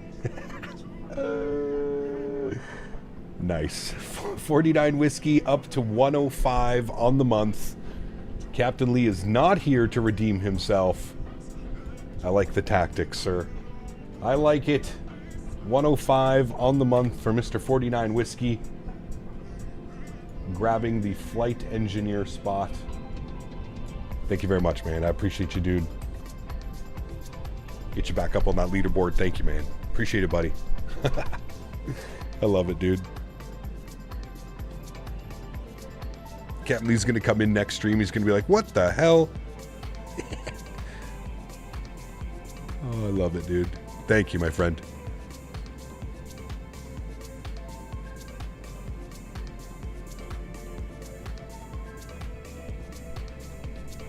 Get some no floaties up in there for you, my friend. Thank you, buddy. Enjoying the triple? I am, Santiago. Yeah, it's a lot of fun, man. A lot of fun to fly. It's a lot of airplane, but it's really, really fun, man. I love how modern it is. I love the fly-by-wire controls and how PMDG kind of is making them work with this aircraft. It's just, yeah, it flies really, really, really great, man. 777 and 787, they said both options to auto start like we do a manual one. You can find a button called auto start in the overhead. Oh, yeah, good question. I don't know. If you own the 777, I'm sure it's in the documentation. This aircraft came with a whole manual when it comes to this aircraft and how things work and how the different systems work. So check the PMDG manual. I'm sure there's something in there about auto starts. Enjoyed your MD-11 content last week. Thank you, man. I appreciate it. We're gonna do more this week coming up here, man. We're gonna do some more ops. I'm actually gonna leave it up to chat. I'm gonna create a poll on my YouTube channel, and I'm gonna let you guys decide for the next long haul. Either next Saturday or Saturday coming up, we're gonna fly either the 777 or the MD-11. I'll let you guys decide what we get to do. Thursday will definitely be in the MD-11, like 100% will be in the MD-11. And I'll let you guys decide for Saturday's stream if we'll stay in the MD-11 and do a long haul, like a transcontinental or trans-Pacific or transatlantic or something like that, or if we'll do some more 777 long hauls. Should make some videos. I feel like you get more subs that way. Videos? It's not my thing, Shan, to be honest with you, dude. I love the interaction, and I love the pressure that it puts on when you're creating something live. You know, I'll be honest with you, I've spoken to a few guys that create flights and videos, and you know what happens, man, is they end up doing these flights, but with the magic of editing and all that other stuff, man, is they can sit there and they can redo that landing over and over and over and over and over until they get the picture perfect landing that everybody wants to see in a video. And for me, man, I don't know, dude, like I said, like there's something so special about live streaming and having that added pressure of like, if you fuck up this landing, there's 200, 300, 400, 500 people watching you fuck up that landing. Do you know what I mean? And to me, that's something that I love about live streaming, is just that live interaction, being able to assess a flight, a landing, and a departure immediately after doing it, right? I'm not really hiding anything behind editing tools and being able to redo landings and stuff like that, right? So that's, for me, that's like the big reason why I love live streaming over like edited cut and paste videos. Now, that being said, I do like doing edited videos and stuff like that. Do you know what I mean? Like I do enjoy doing those sometimes because it does offer some opportunities. Say if I'm away on vacation or something like that, right? It offers the opportunity for some videos to go up where maybe I wouldn't be able to live stream, but I can also still put some content up on the channel and stuff. But yeah. Captain Nolan, can't really do anything until I'm out of the poll. Seems to save it for now, so I'm just chilling on my phone. All right, there you go, man. Still having the auto brake issue? Yeah, I'm not sure, man. Would you change the sentence? Well, just change the add a dead zone to your rudder pedal, Louis. That's what I would suggest. Add a dead zone or a null zone. Skymark collection video would be cool. I mean, maybe, Steven. I don't know, dude. I've shown them off on stream before. Last time we did a while ago, we did a long haul, and I showed off. I had the camera on, and I cleaned all of my Skymarks, and so I kind of showed off every one of them. The collection is growing, unwillingly. Every time I go on vacation, it's like, man, CRJ ops soon? Honestly, Gino, we probably won't get CRJ ops until it's updated, man. I'm going to wait for the update, and then once we get the update from Hans Hartmann on the CRJ, we'll definitely fly it, because it sounds like they've got quite a bit of things that they're working on and fixing and addressing, so.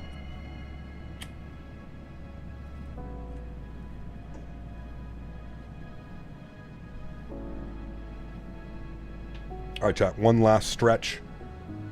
75 miles till top of descent. We're getting there. Pity that no one comes up with a proper 340. I'm sure somebody will, Fernando. But yeah, in the time being, it does suck that there's... Yeah. So never on this... I don't know, man. I've seen a couple forum posts, AJ, that like Hans said he's working on it, actively working on it. I think what we need to remember is that it's literally one person, right? It's not like the whole Aerosoft team working on the CRJ. It's literally one person. It's Hans Hartmann. That's it. So I agree, it sucks and it's taking way too long. But hopefully, you know, it can get figured out sooner than later. Girlfriend keeps buying me Skymark's collection, keeps growing now too. Not as big as yours. Yeah, I've got, I don't know, I'm over 30 now, man.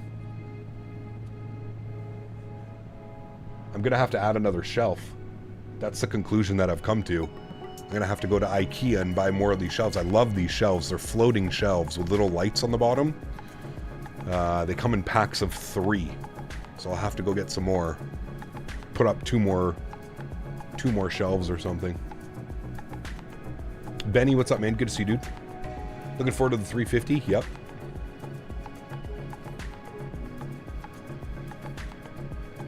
I'm always cruising forums, Captain Crystal. I don't post on any of the forums, but I still cruise the forums every now and then. It's good to stay up to date with what they're doing, right?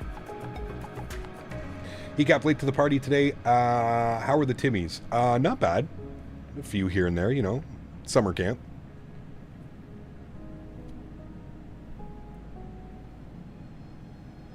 Since I found this channel, I'm being lured slowly back into playing Microsoft. Last time I played it was early 2000s before I decided to go into finance instead of flying. Got you? Now's the time, man. I mean, we always say it, dude. There's no other time than now. I mean, look at what you're seeing under the aircraft. This is all native, dude. This is... I haven't done anything. This is just the beauty of this simulator, and now that we're getting high-quality add-ons and hopefully more and more and more of those, it's just incredible, man.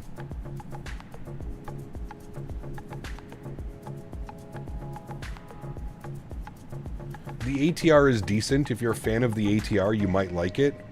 It's okay. The price point is, I think, the best, you know, the best part of that, but... Pretty new here. What's a Timmy? Code name? Just code name for people that cause trouble, Gino. Cause trouble, ask stupid questions, just behave like idiots in chat, right? As you can tell, I'm a pretty chill person. I'm pretty laid back, so we like to keep it that way, and unfortunately there's quite a few out there in the wonderful world of the internet.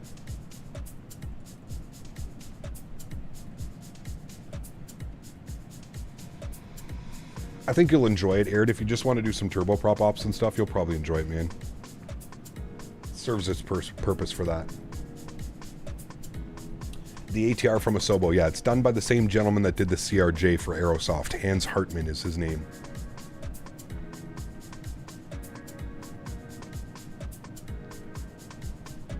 Cap, thinking of buying a 3060 i6 8700 DDR4 1 terabyte. Will this be able to run Microsoft?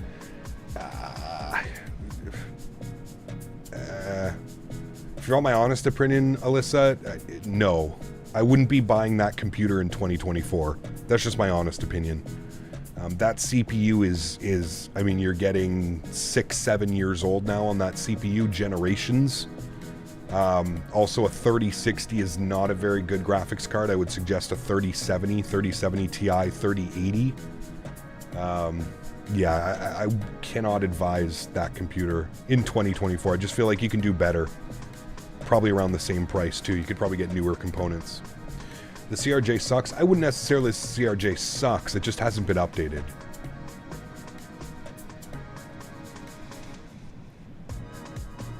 It's been over a year and a half since the CRJ has been updated. And just think about how much this simulator has changed in a year and a half, you know? Top of descent, 39 miles, friends. Let's go ahead and plug in some information here. The Angel 4 need to be at 12,000 for Circus. So that'll be our initial descent. We'll bug up 12,000.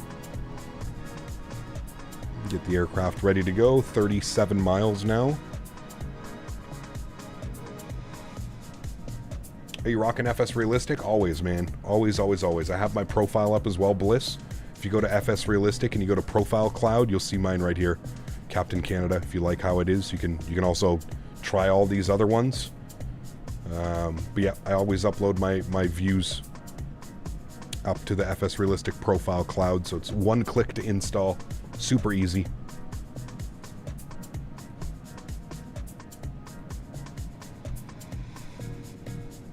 Does the ATR have RNAV? What do you mean? Can it do RNAVs?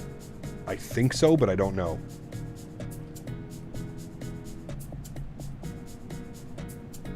It does have VNAV and LNAV.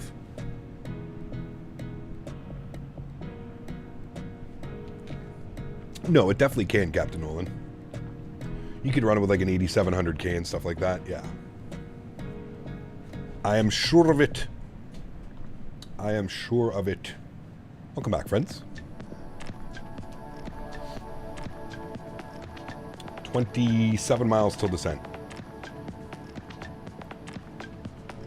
There he is. He is alive. 4 hours and 7 minutes on our flight time so far, chat. 4 hours and 18 minutes on our block time. Remember, we were scheduled for... I feel like we always crush block times, but scheduled flight time was 4 hours and 43 minutes. So we're doing pretty good.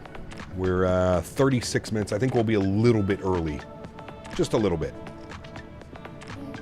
But we also have some speed restrictions on the descent, so we'll be slowing down quite a bit. Let's update the weather here as well in LA. Have a quick little look-see, see if anything has changed. Winds are 260 at 10 knots, so virtually blowing down the runway. Shouldn't be a problem. 10-mile visibility now, broken at 1100. So the haze is gone. We've just got broken clouds at 1100, so at 10-mile visibility. 21 degrees, and the altimeter is 2985. We can actually set some of these things. We can go 2985 on the altimeter. We'll get that pre-selected, ready to go. Okay. And then our minimums into the ILS 24 right. Minimums are 322 on the Barrow. So we'll bug that up. 322 on the Barrow minimums. There's 322. Good. Got our Barrow minimums in. And 2985 on the altimeter is pre-selected. We're looking good. We're looking good, friends. We're about to approach... are we through De Niro? Yeah, we are. We're direct Flojo. So we've got Flojo. We're right here, in between, or 8 miles from Flojo, so we're just here. Just after Flojo, we're starting our descent because we need to be at between 30,000 and 24,000 at Gleason, 280 knots. So that'll slow down the approach just a little bit, but looking good. 9 miles till our top of descent now. Is there ATC on in LAX? No. Not that I'm seeing, no. We just got San Diego Tower and approach online.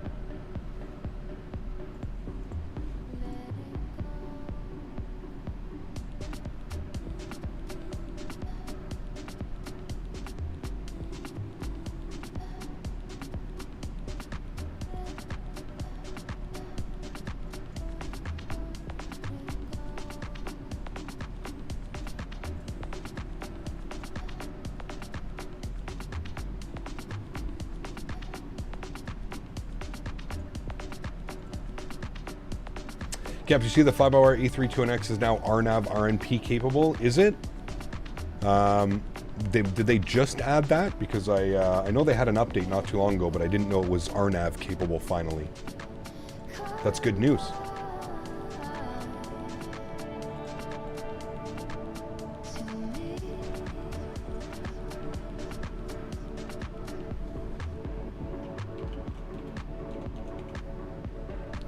And there's our descent, friends.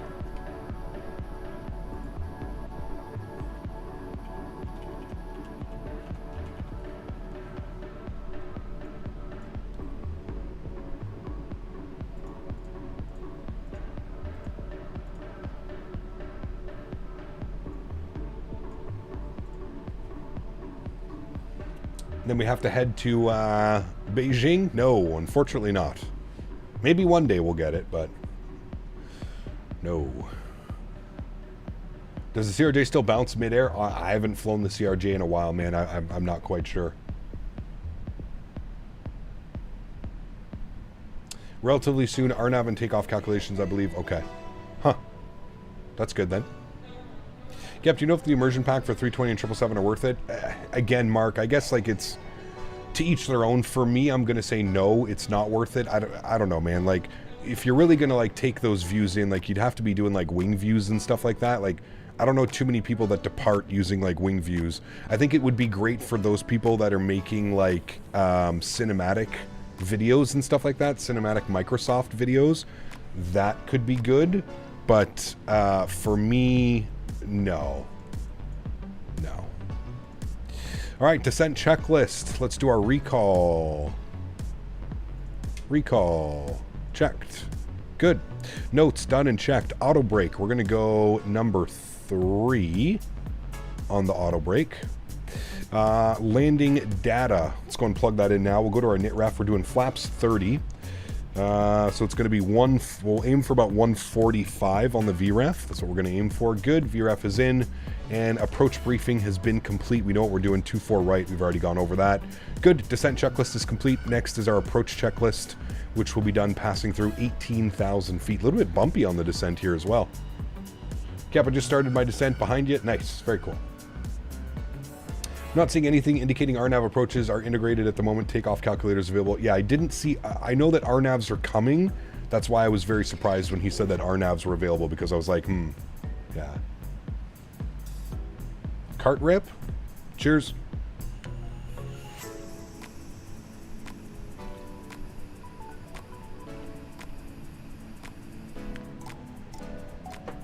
What does recall do? It would pull up any errors or messages that you have. So if there's any faults, if there's anything that you've cleared out, it would pop it up here, and you would get either a warning or whatever. Yeah.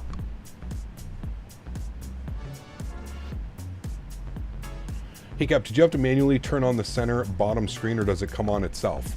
You just have to hit any one of these buttons over here. That's how you control it.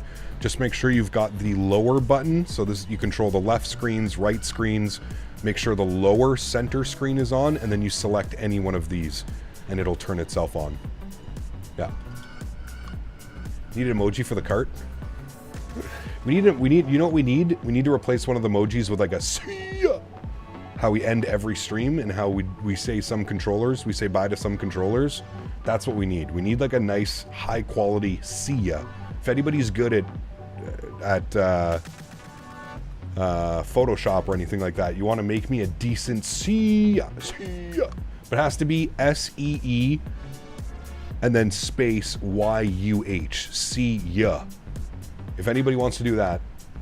Using realistic turbulence, medium, Louis. Whatever the medium is, and then I'm also using CAT, clear air turbulence. It's an add-on. Yep.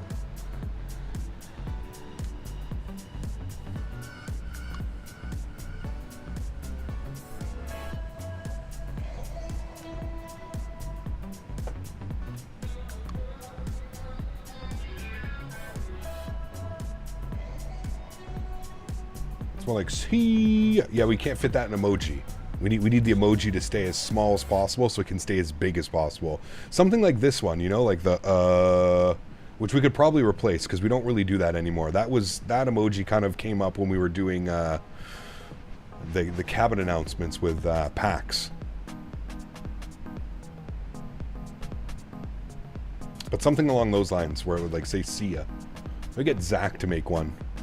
Edoops is really good at doing that stuff. Isn't it see ya? Yeah, but it would be see ya.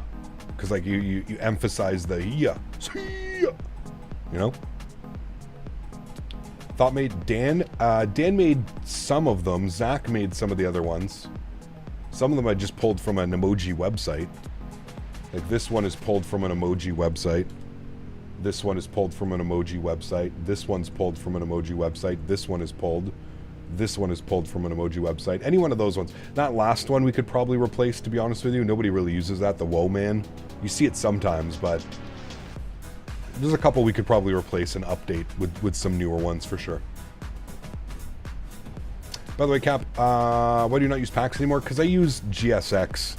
Honestly, Eugene, like it's for me, it's more beneficial to use GSX where I actually see the passengers walking on the airplane, as opposed to like just a little tablet that kind of shows people walking onto an airplane. At least with GSX, you actually get like the baggage loaders and the ground handlers and pushback and all that other stuff, right? And I feel like it's kind of the same thing with PAX. That's essentially what you're doing, but you just don't see any of that, you know?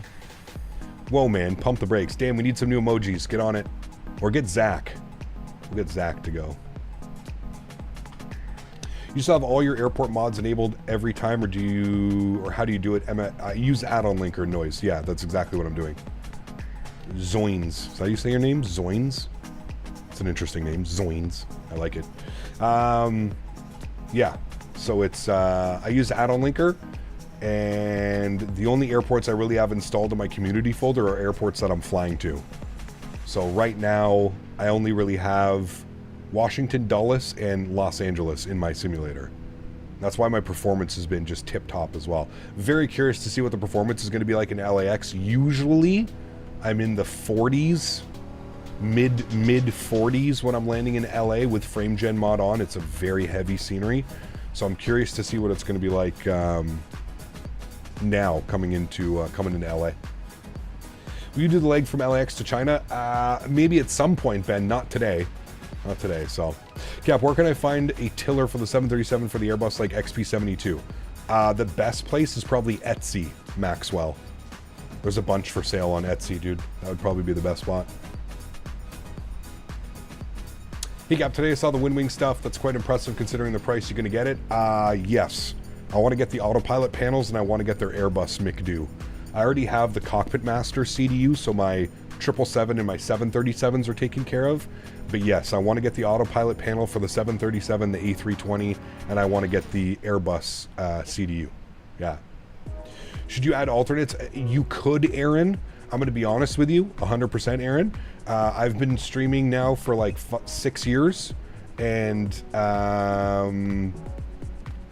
I've had to deviate to our alternate airport once in probably close to 10,000 hours of flying online. Very rare. We've had to do some go-arounds. We've had to do some published holds as we wait for weather to clear up and stuff like that. But yeah, very rarely do you actually have to go over to your alternate airport. Now, you could. It's not a bad idea, right? Our alternate airport today was Ontario, which I think we're just about to fly over. I don't have it installed. Again, it's not like if you don't have third party installed, you won't, like, you're still going to get the runways and you'll still get an airport drawn in, right? So it's not really the end of the world if you had to go to like an alternate airport. You just wouldn't have third party scenery for said alternate airport, if that makes sense. 2985 set and cross-checked. Good. That's going to be our descent checklist. Good. Next will be our landing checklist. We can go ahead and arm our ground spoilers now as well. Get those ready to go. The rest of our data is plugged in. We've got our barrel minimums. We've got our barrel pressure. We just need landing gear and flaps. That's it. So removing unnecessary add-ons helps with performance. From what I've noticed, Cardial, over the past week that I've done it, yes, absolutely.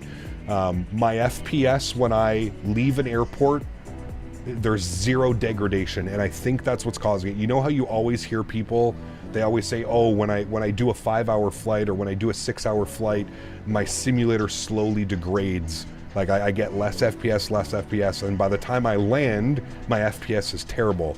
I think what's going on is I genuinely think that it's, as Microsoft is going, it's getting bloated by having to load all the add-on airports that it loads throughout your flight. You know what I mean? I think anyways, but yeah. Center is online, 126525. I'm going to wait for him to call me just because well, fuck it. We'll go over to his frequency now. He's probably getting slammed. Who is it? Is it, I'm not getting info. We all just checked in? Yeah, that's what I figured. He's probably getting absolutely slammed. Watch 1004 and I did. Are we Air China? Yeah, I have to remember what we're flying. I've never flown Air China before. Alright, we're going to pause the music. Things are going to get a little bit intense here now, chat. Let's get our sounds turned up a little bit. Let's get dialed in. Coming up on 10,000 feet. We should be flying right over Ontario. There it is right there. See, so it's still, even though I don't have third-party scenery, it's still drawing in the airport, right? So you could still land. There's the pass. We flew into Ontario the other day, right? So remember in the MD-11, we came down this pass like this, and then we made our turn down through here, and then we landed in Ontario. Pretty cool. Kev, if you don't get a -1 landing, I'm unsubscribing. Better unsubscribe right now. It's definitely ain't happening. And somebody else is calling. Is that Tango Delta? Flight of Zurich from LAX. Nice. Very cool. I'm going to keep the descent going. I'm going to go to 8,000 now. And I'll tune that in and let him know. Because it's just bananas on the frequency right now, like I figured. This is why I was like, I'm just going to wait for him to call me, because good luck getting a... Good luck getting a message in. I'll try now. LA Center, good afternoon. Air China 818, 12,000, descending ILS 24 right.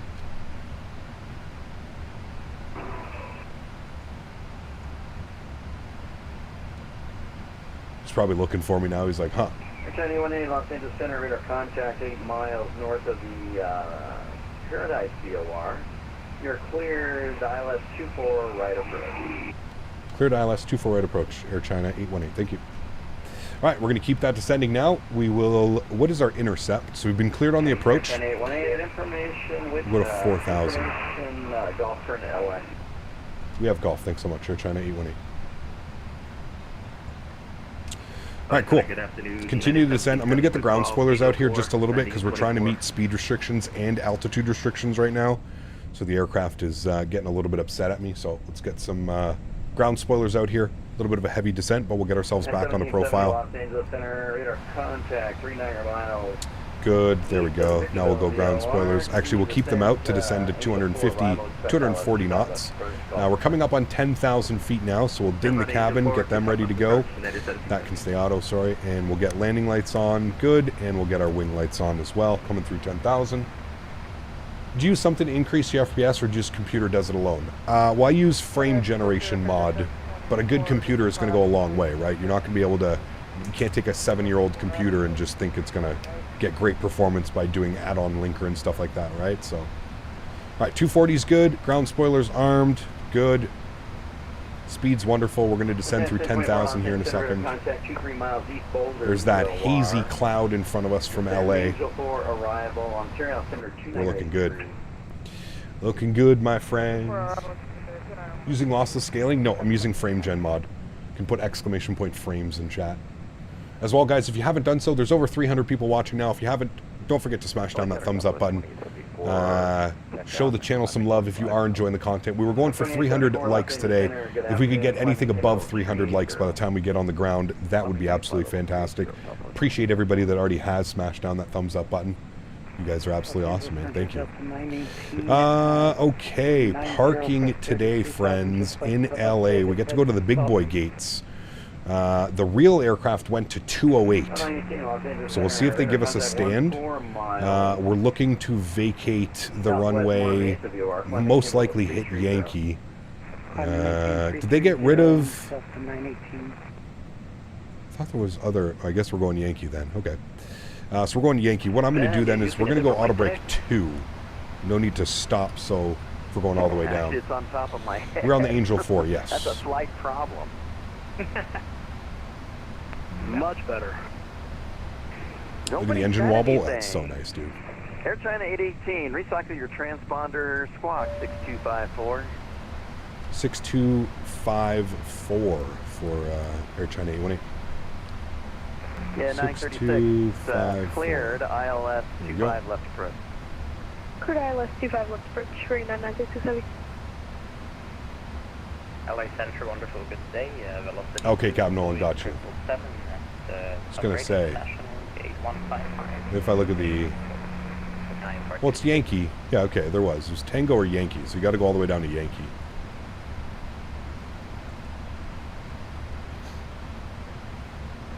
Going for the butters, chat. Going for the butters.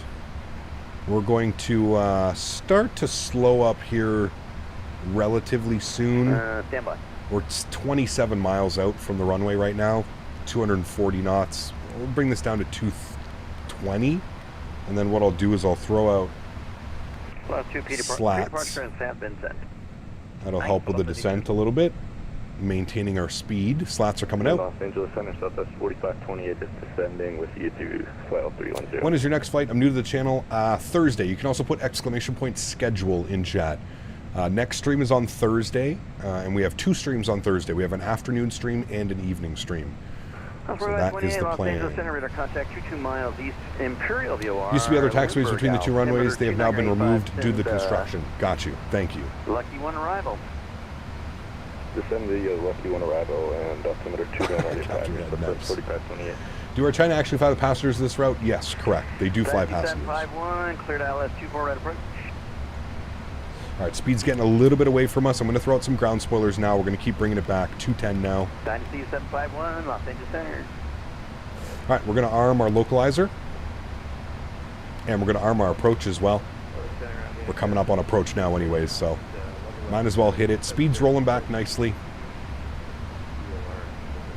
21 miles out from the airport as well. Good. As much as I just like lossless scaling makes my eyes hurt, it low-key saved me over the pole. There you go. 5133 for you. All right, let's go vertical speed. Let's shallow this out to about 800 feet per minute to intercept.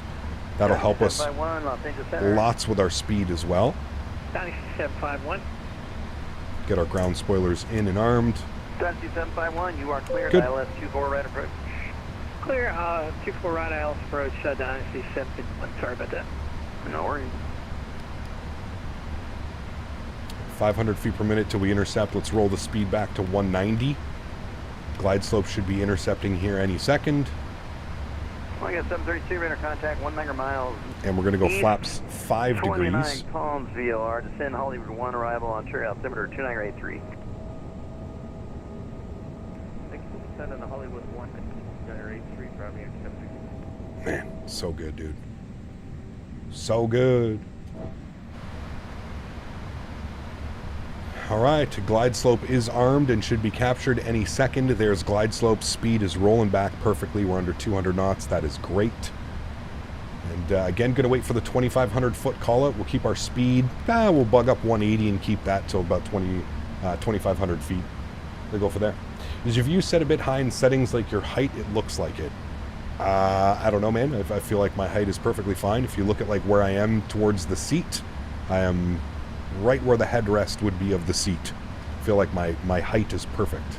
But everybody's going to have their own perception, man. Don't think because mine is set like this, you have to have yours. 42 heavy, just confirm you have radar contact.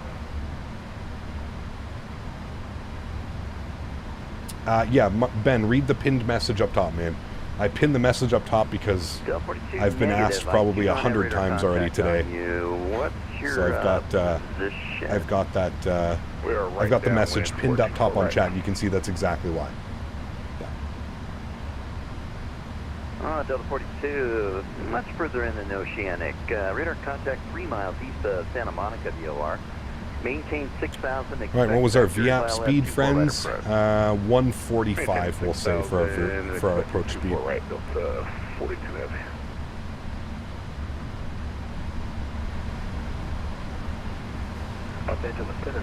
They're trying to get cleared into the ramp, dude. That's one of the best videos, man. That's the one at JFK, isn't it? No. Are you cleared into the ramp? Yes, we'll wait for a ramp. It's a fucking golden video, dude. It's such a good one. I think that's a JFK, right? 1561, stand by.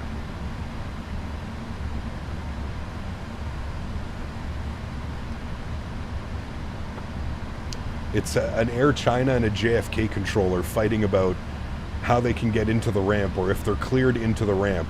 The controller wants to know if he's been cleared into the ramp, and the Air China pilot is just like, yes, cleared to ramp, and he's like, okay, you can do this. Too far right, clear to land, Air China 818, thanks. All right, flaps are going out, 15 degrees. Let's get final approach speed. We said 145. We've got our landing lights, runway turnoffs. Good. Let's go flaps 25 degrees. Sorry, 20 degrees. I always say 25 for some reason. Roger, number 3, Delta 42 heavy. We'll go flaps 25 degrees. Keep them rolling out. Kennedy Steve, dude, that'd be awesome, man. And we're through 160 knots. We'll go flaps 30, which will be our landing flaps today. Ooh, looking good, my amigos. Let's go ahead and start our recording. Good. And I would like to hand fly this approach. So joystick cam is going on. Friends, sounds are going up. We've been cleared to land. Shall we? We shall. My airplane.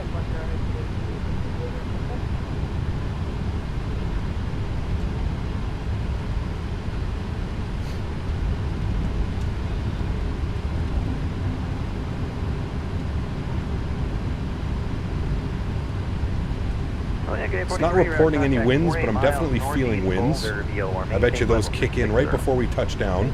How much you want to bet? And then they start blowing us around.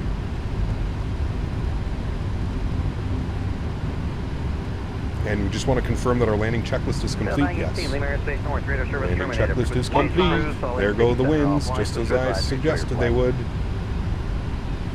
Switch to advisory, Delta 918. Thank you for the ATC. See you later.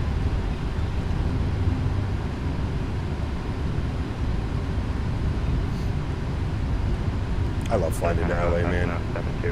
FPS is holding up too as well. 63 FPS. You've already got the replay on, guys. Come on now. You guys sleeping? You snoozing or what? You guys are snoozing. I'm the one flying the airplane, and you guys are all forgetting we did the replay. Fucking snoozing, man. Y'all are snoozing on the job. Terrible first officers. 400. Terrible first officers. And LA Center, good evening. UPS 013. That wind is all over the place, chat. 350, 6 knots come off. Approaching minimums. I'm flying Pappies from here. If we get a glide slope warning, it's fine. 200. Minimums. Continue. Glide slope. Don't worry about it. We're fine. Glide You can slope. see 2 white, 2 red. Glide slope. Perfectly fine. Don't Glide worry about slope. it. Glide slope. Glide slope. Glide slope. Glide slope. 20. 10. Yes, 013, Los Angeles Center again. Checking in with the flight level 350. Nose down gently. Reversers are out.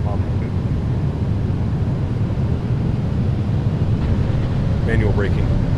LA Center, FedEx 1839 to the 10,000. Yes, 013, radar contact 81 miles northeast of the Boulder Rio, maintain level 350. 350, 70 knots, reverser stowed. Ladies and gentlemen, heavy, Los Angeles Center, good. Welcome down to Los Angeles. Sponsor out Center 2982. Descend pod stretch 7,000. Friends, 10 minutes early with an absolute greaser. Greaser.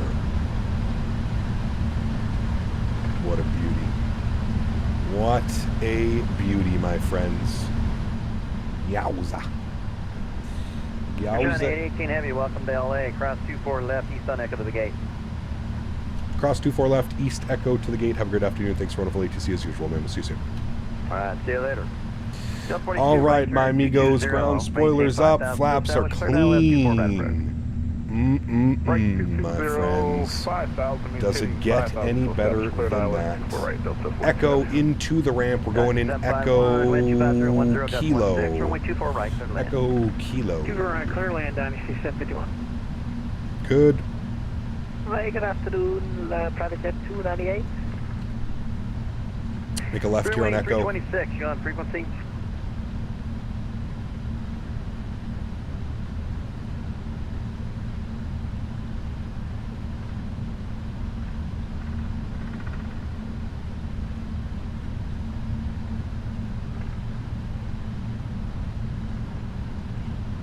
Good. Makes me want to fly a trip. Dude, this airplane is just, like I said, man, there's something so special about the way that this airplane flies. When you have it trimmed out perfectly, it's an absolute butter machine. Landing lights off, runway turn-offs off, strobe lights off, taxi lights go on, wing lights go off, APU goes to the start position. Beautiful. We'll stop the clocks here. 4 hours and 36 minutes on the flight time. We were scheduled for 4 hours and 43 minutes. We are 7 minutes early, my friends. 7 minutes early. And parking assignments today, as I mentioned earlier, we're looking for 208. I don't know if I can find that up here. 208. Try and find it. 208. United 1770, wind 25010, gust 16, runway 25 left clear land. Left clear land, United 770. 207, 208. No. LA Center, we'll go with D Nada. Good, and we're looking for Kilo. 25 right at Juliet. Taxi to the gate. Kilo's coming up. That's Papa. No, actually, we need to go November Mike. Sorry. Right turn on November. Actually, you know what? We'll do. Yeah, okay. And center of 732, can I get lower? It's going to be a little bit of a funky turn. I gave you that earlier. Descend Hollywood 1 arrival. Start your descent when you're ready. Everybody's spamming replay at me like I didn't start the recording. What are you guys doing today, chat? My goodness. Yeah, 3488. Should be ashamed of yourselves. 119.6. Yeah. Alright, going to SoCal, 119.6, 3488. See you, Ben. Later. Naughty first officers. Should write you up for that one, all of you. Taxi with the numbers. Right, all of you. I see why they do this now. I see why the real aircraft, instead of making this crazy turn here, the real aircraft went like this and then made 2 slight left turns. I think that's what we're going to do. If you look at the taxi in for the last aircraft, go this way. Velocity 2, heavy, you are in the alley, so push and start is at your discretion. And taxi south. Anybody's A300 also is a greaser with the correct trim, correct. Yeah, there's a few planes that are just absolute greasers, man. No worries, thanks for checking. Alright, we're in the ramp area. Let's get the taxi light off. Just making all and we'll pull in here November 2. 326, 24 right, taxi via Echo Romeo, cross 24 left at Romeo. What's the name of the mod that tells you the foot per minute? Put exclamation point G-E-E-S. G's. Exclamation point G-E-E-S in chat. No, Nightbot will provide you with a link. 29, we're off the, sorry, Thorn 3 arrival. We're on vectors off the net. That gate over there. Now I see why they taxi in this way. It makes much more sense. I was wondering why they taxied this way instead of going in the other way. Jetlink 329, Los Angeles Center, descend to maintain 5,000. Expect visual runway 8. Alright, and here's our stand. 5,000. Any chance you can get the 4 stacks for only 1 208. You want the 4 stacks visual approach? If we can get it for Jetlink 329, if not, we can plan the visual 8. So hopefully we can get this parked up properly. It's pretty quiet. Descend, let's see, for now, maintain 7,000 and fly heading 290 when able to direct the Fillmore VOR. Fillmore. Okay, flying 290, maintain 7,000 when able to direct Fillmore. That was actually good parking, chat. Said the Q word. Just you can see the marshaller standing inside the building. I think we need an update.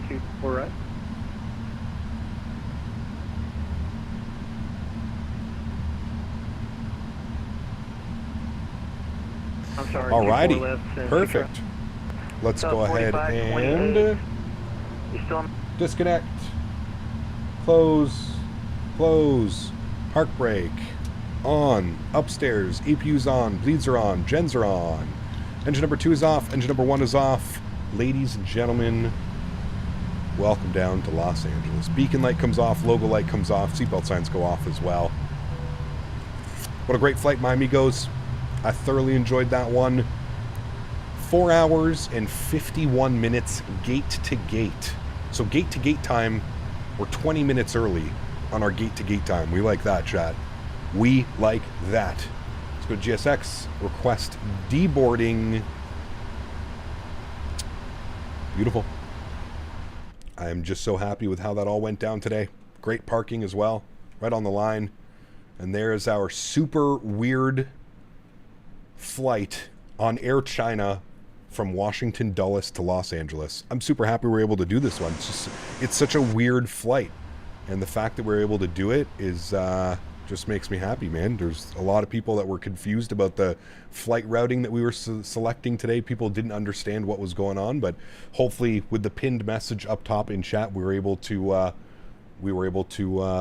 fill you guys in with what's going on. Again, if you haven't done so, guys, there was almost 500 people watching that arrival. Don't forget to smash down that thumbs up. We'll be watching the replay here in a second. We're disconnected from the servers now, so that is good. Let me close a couple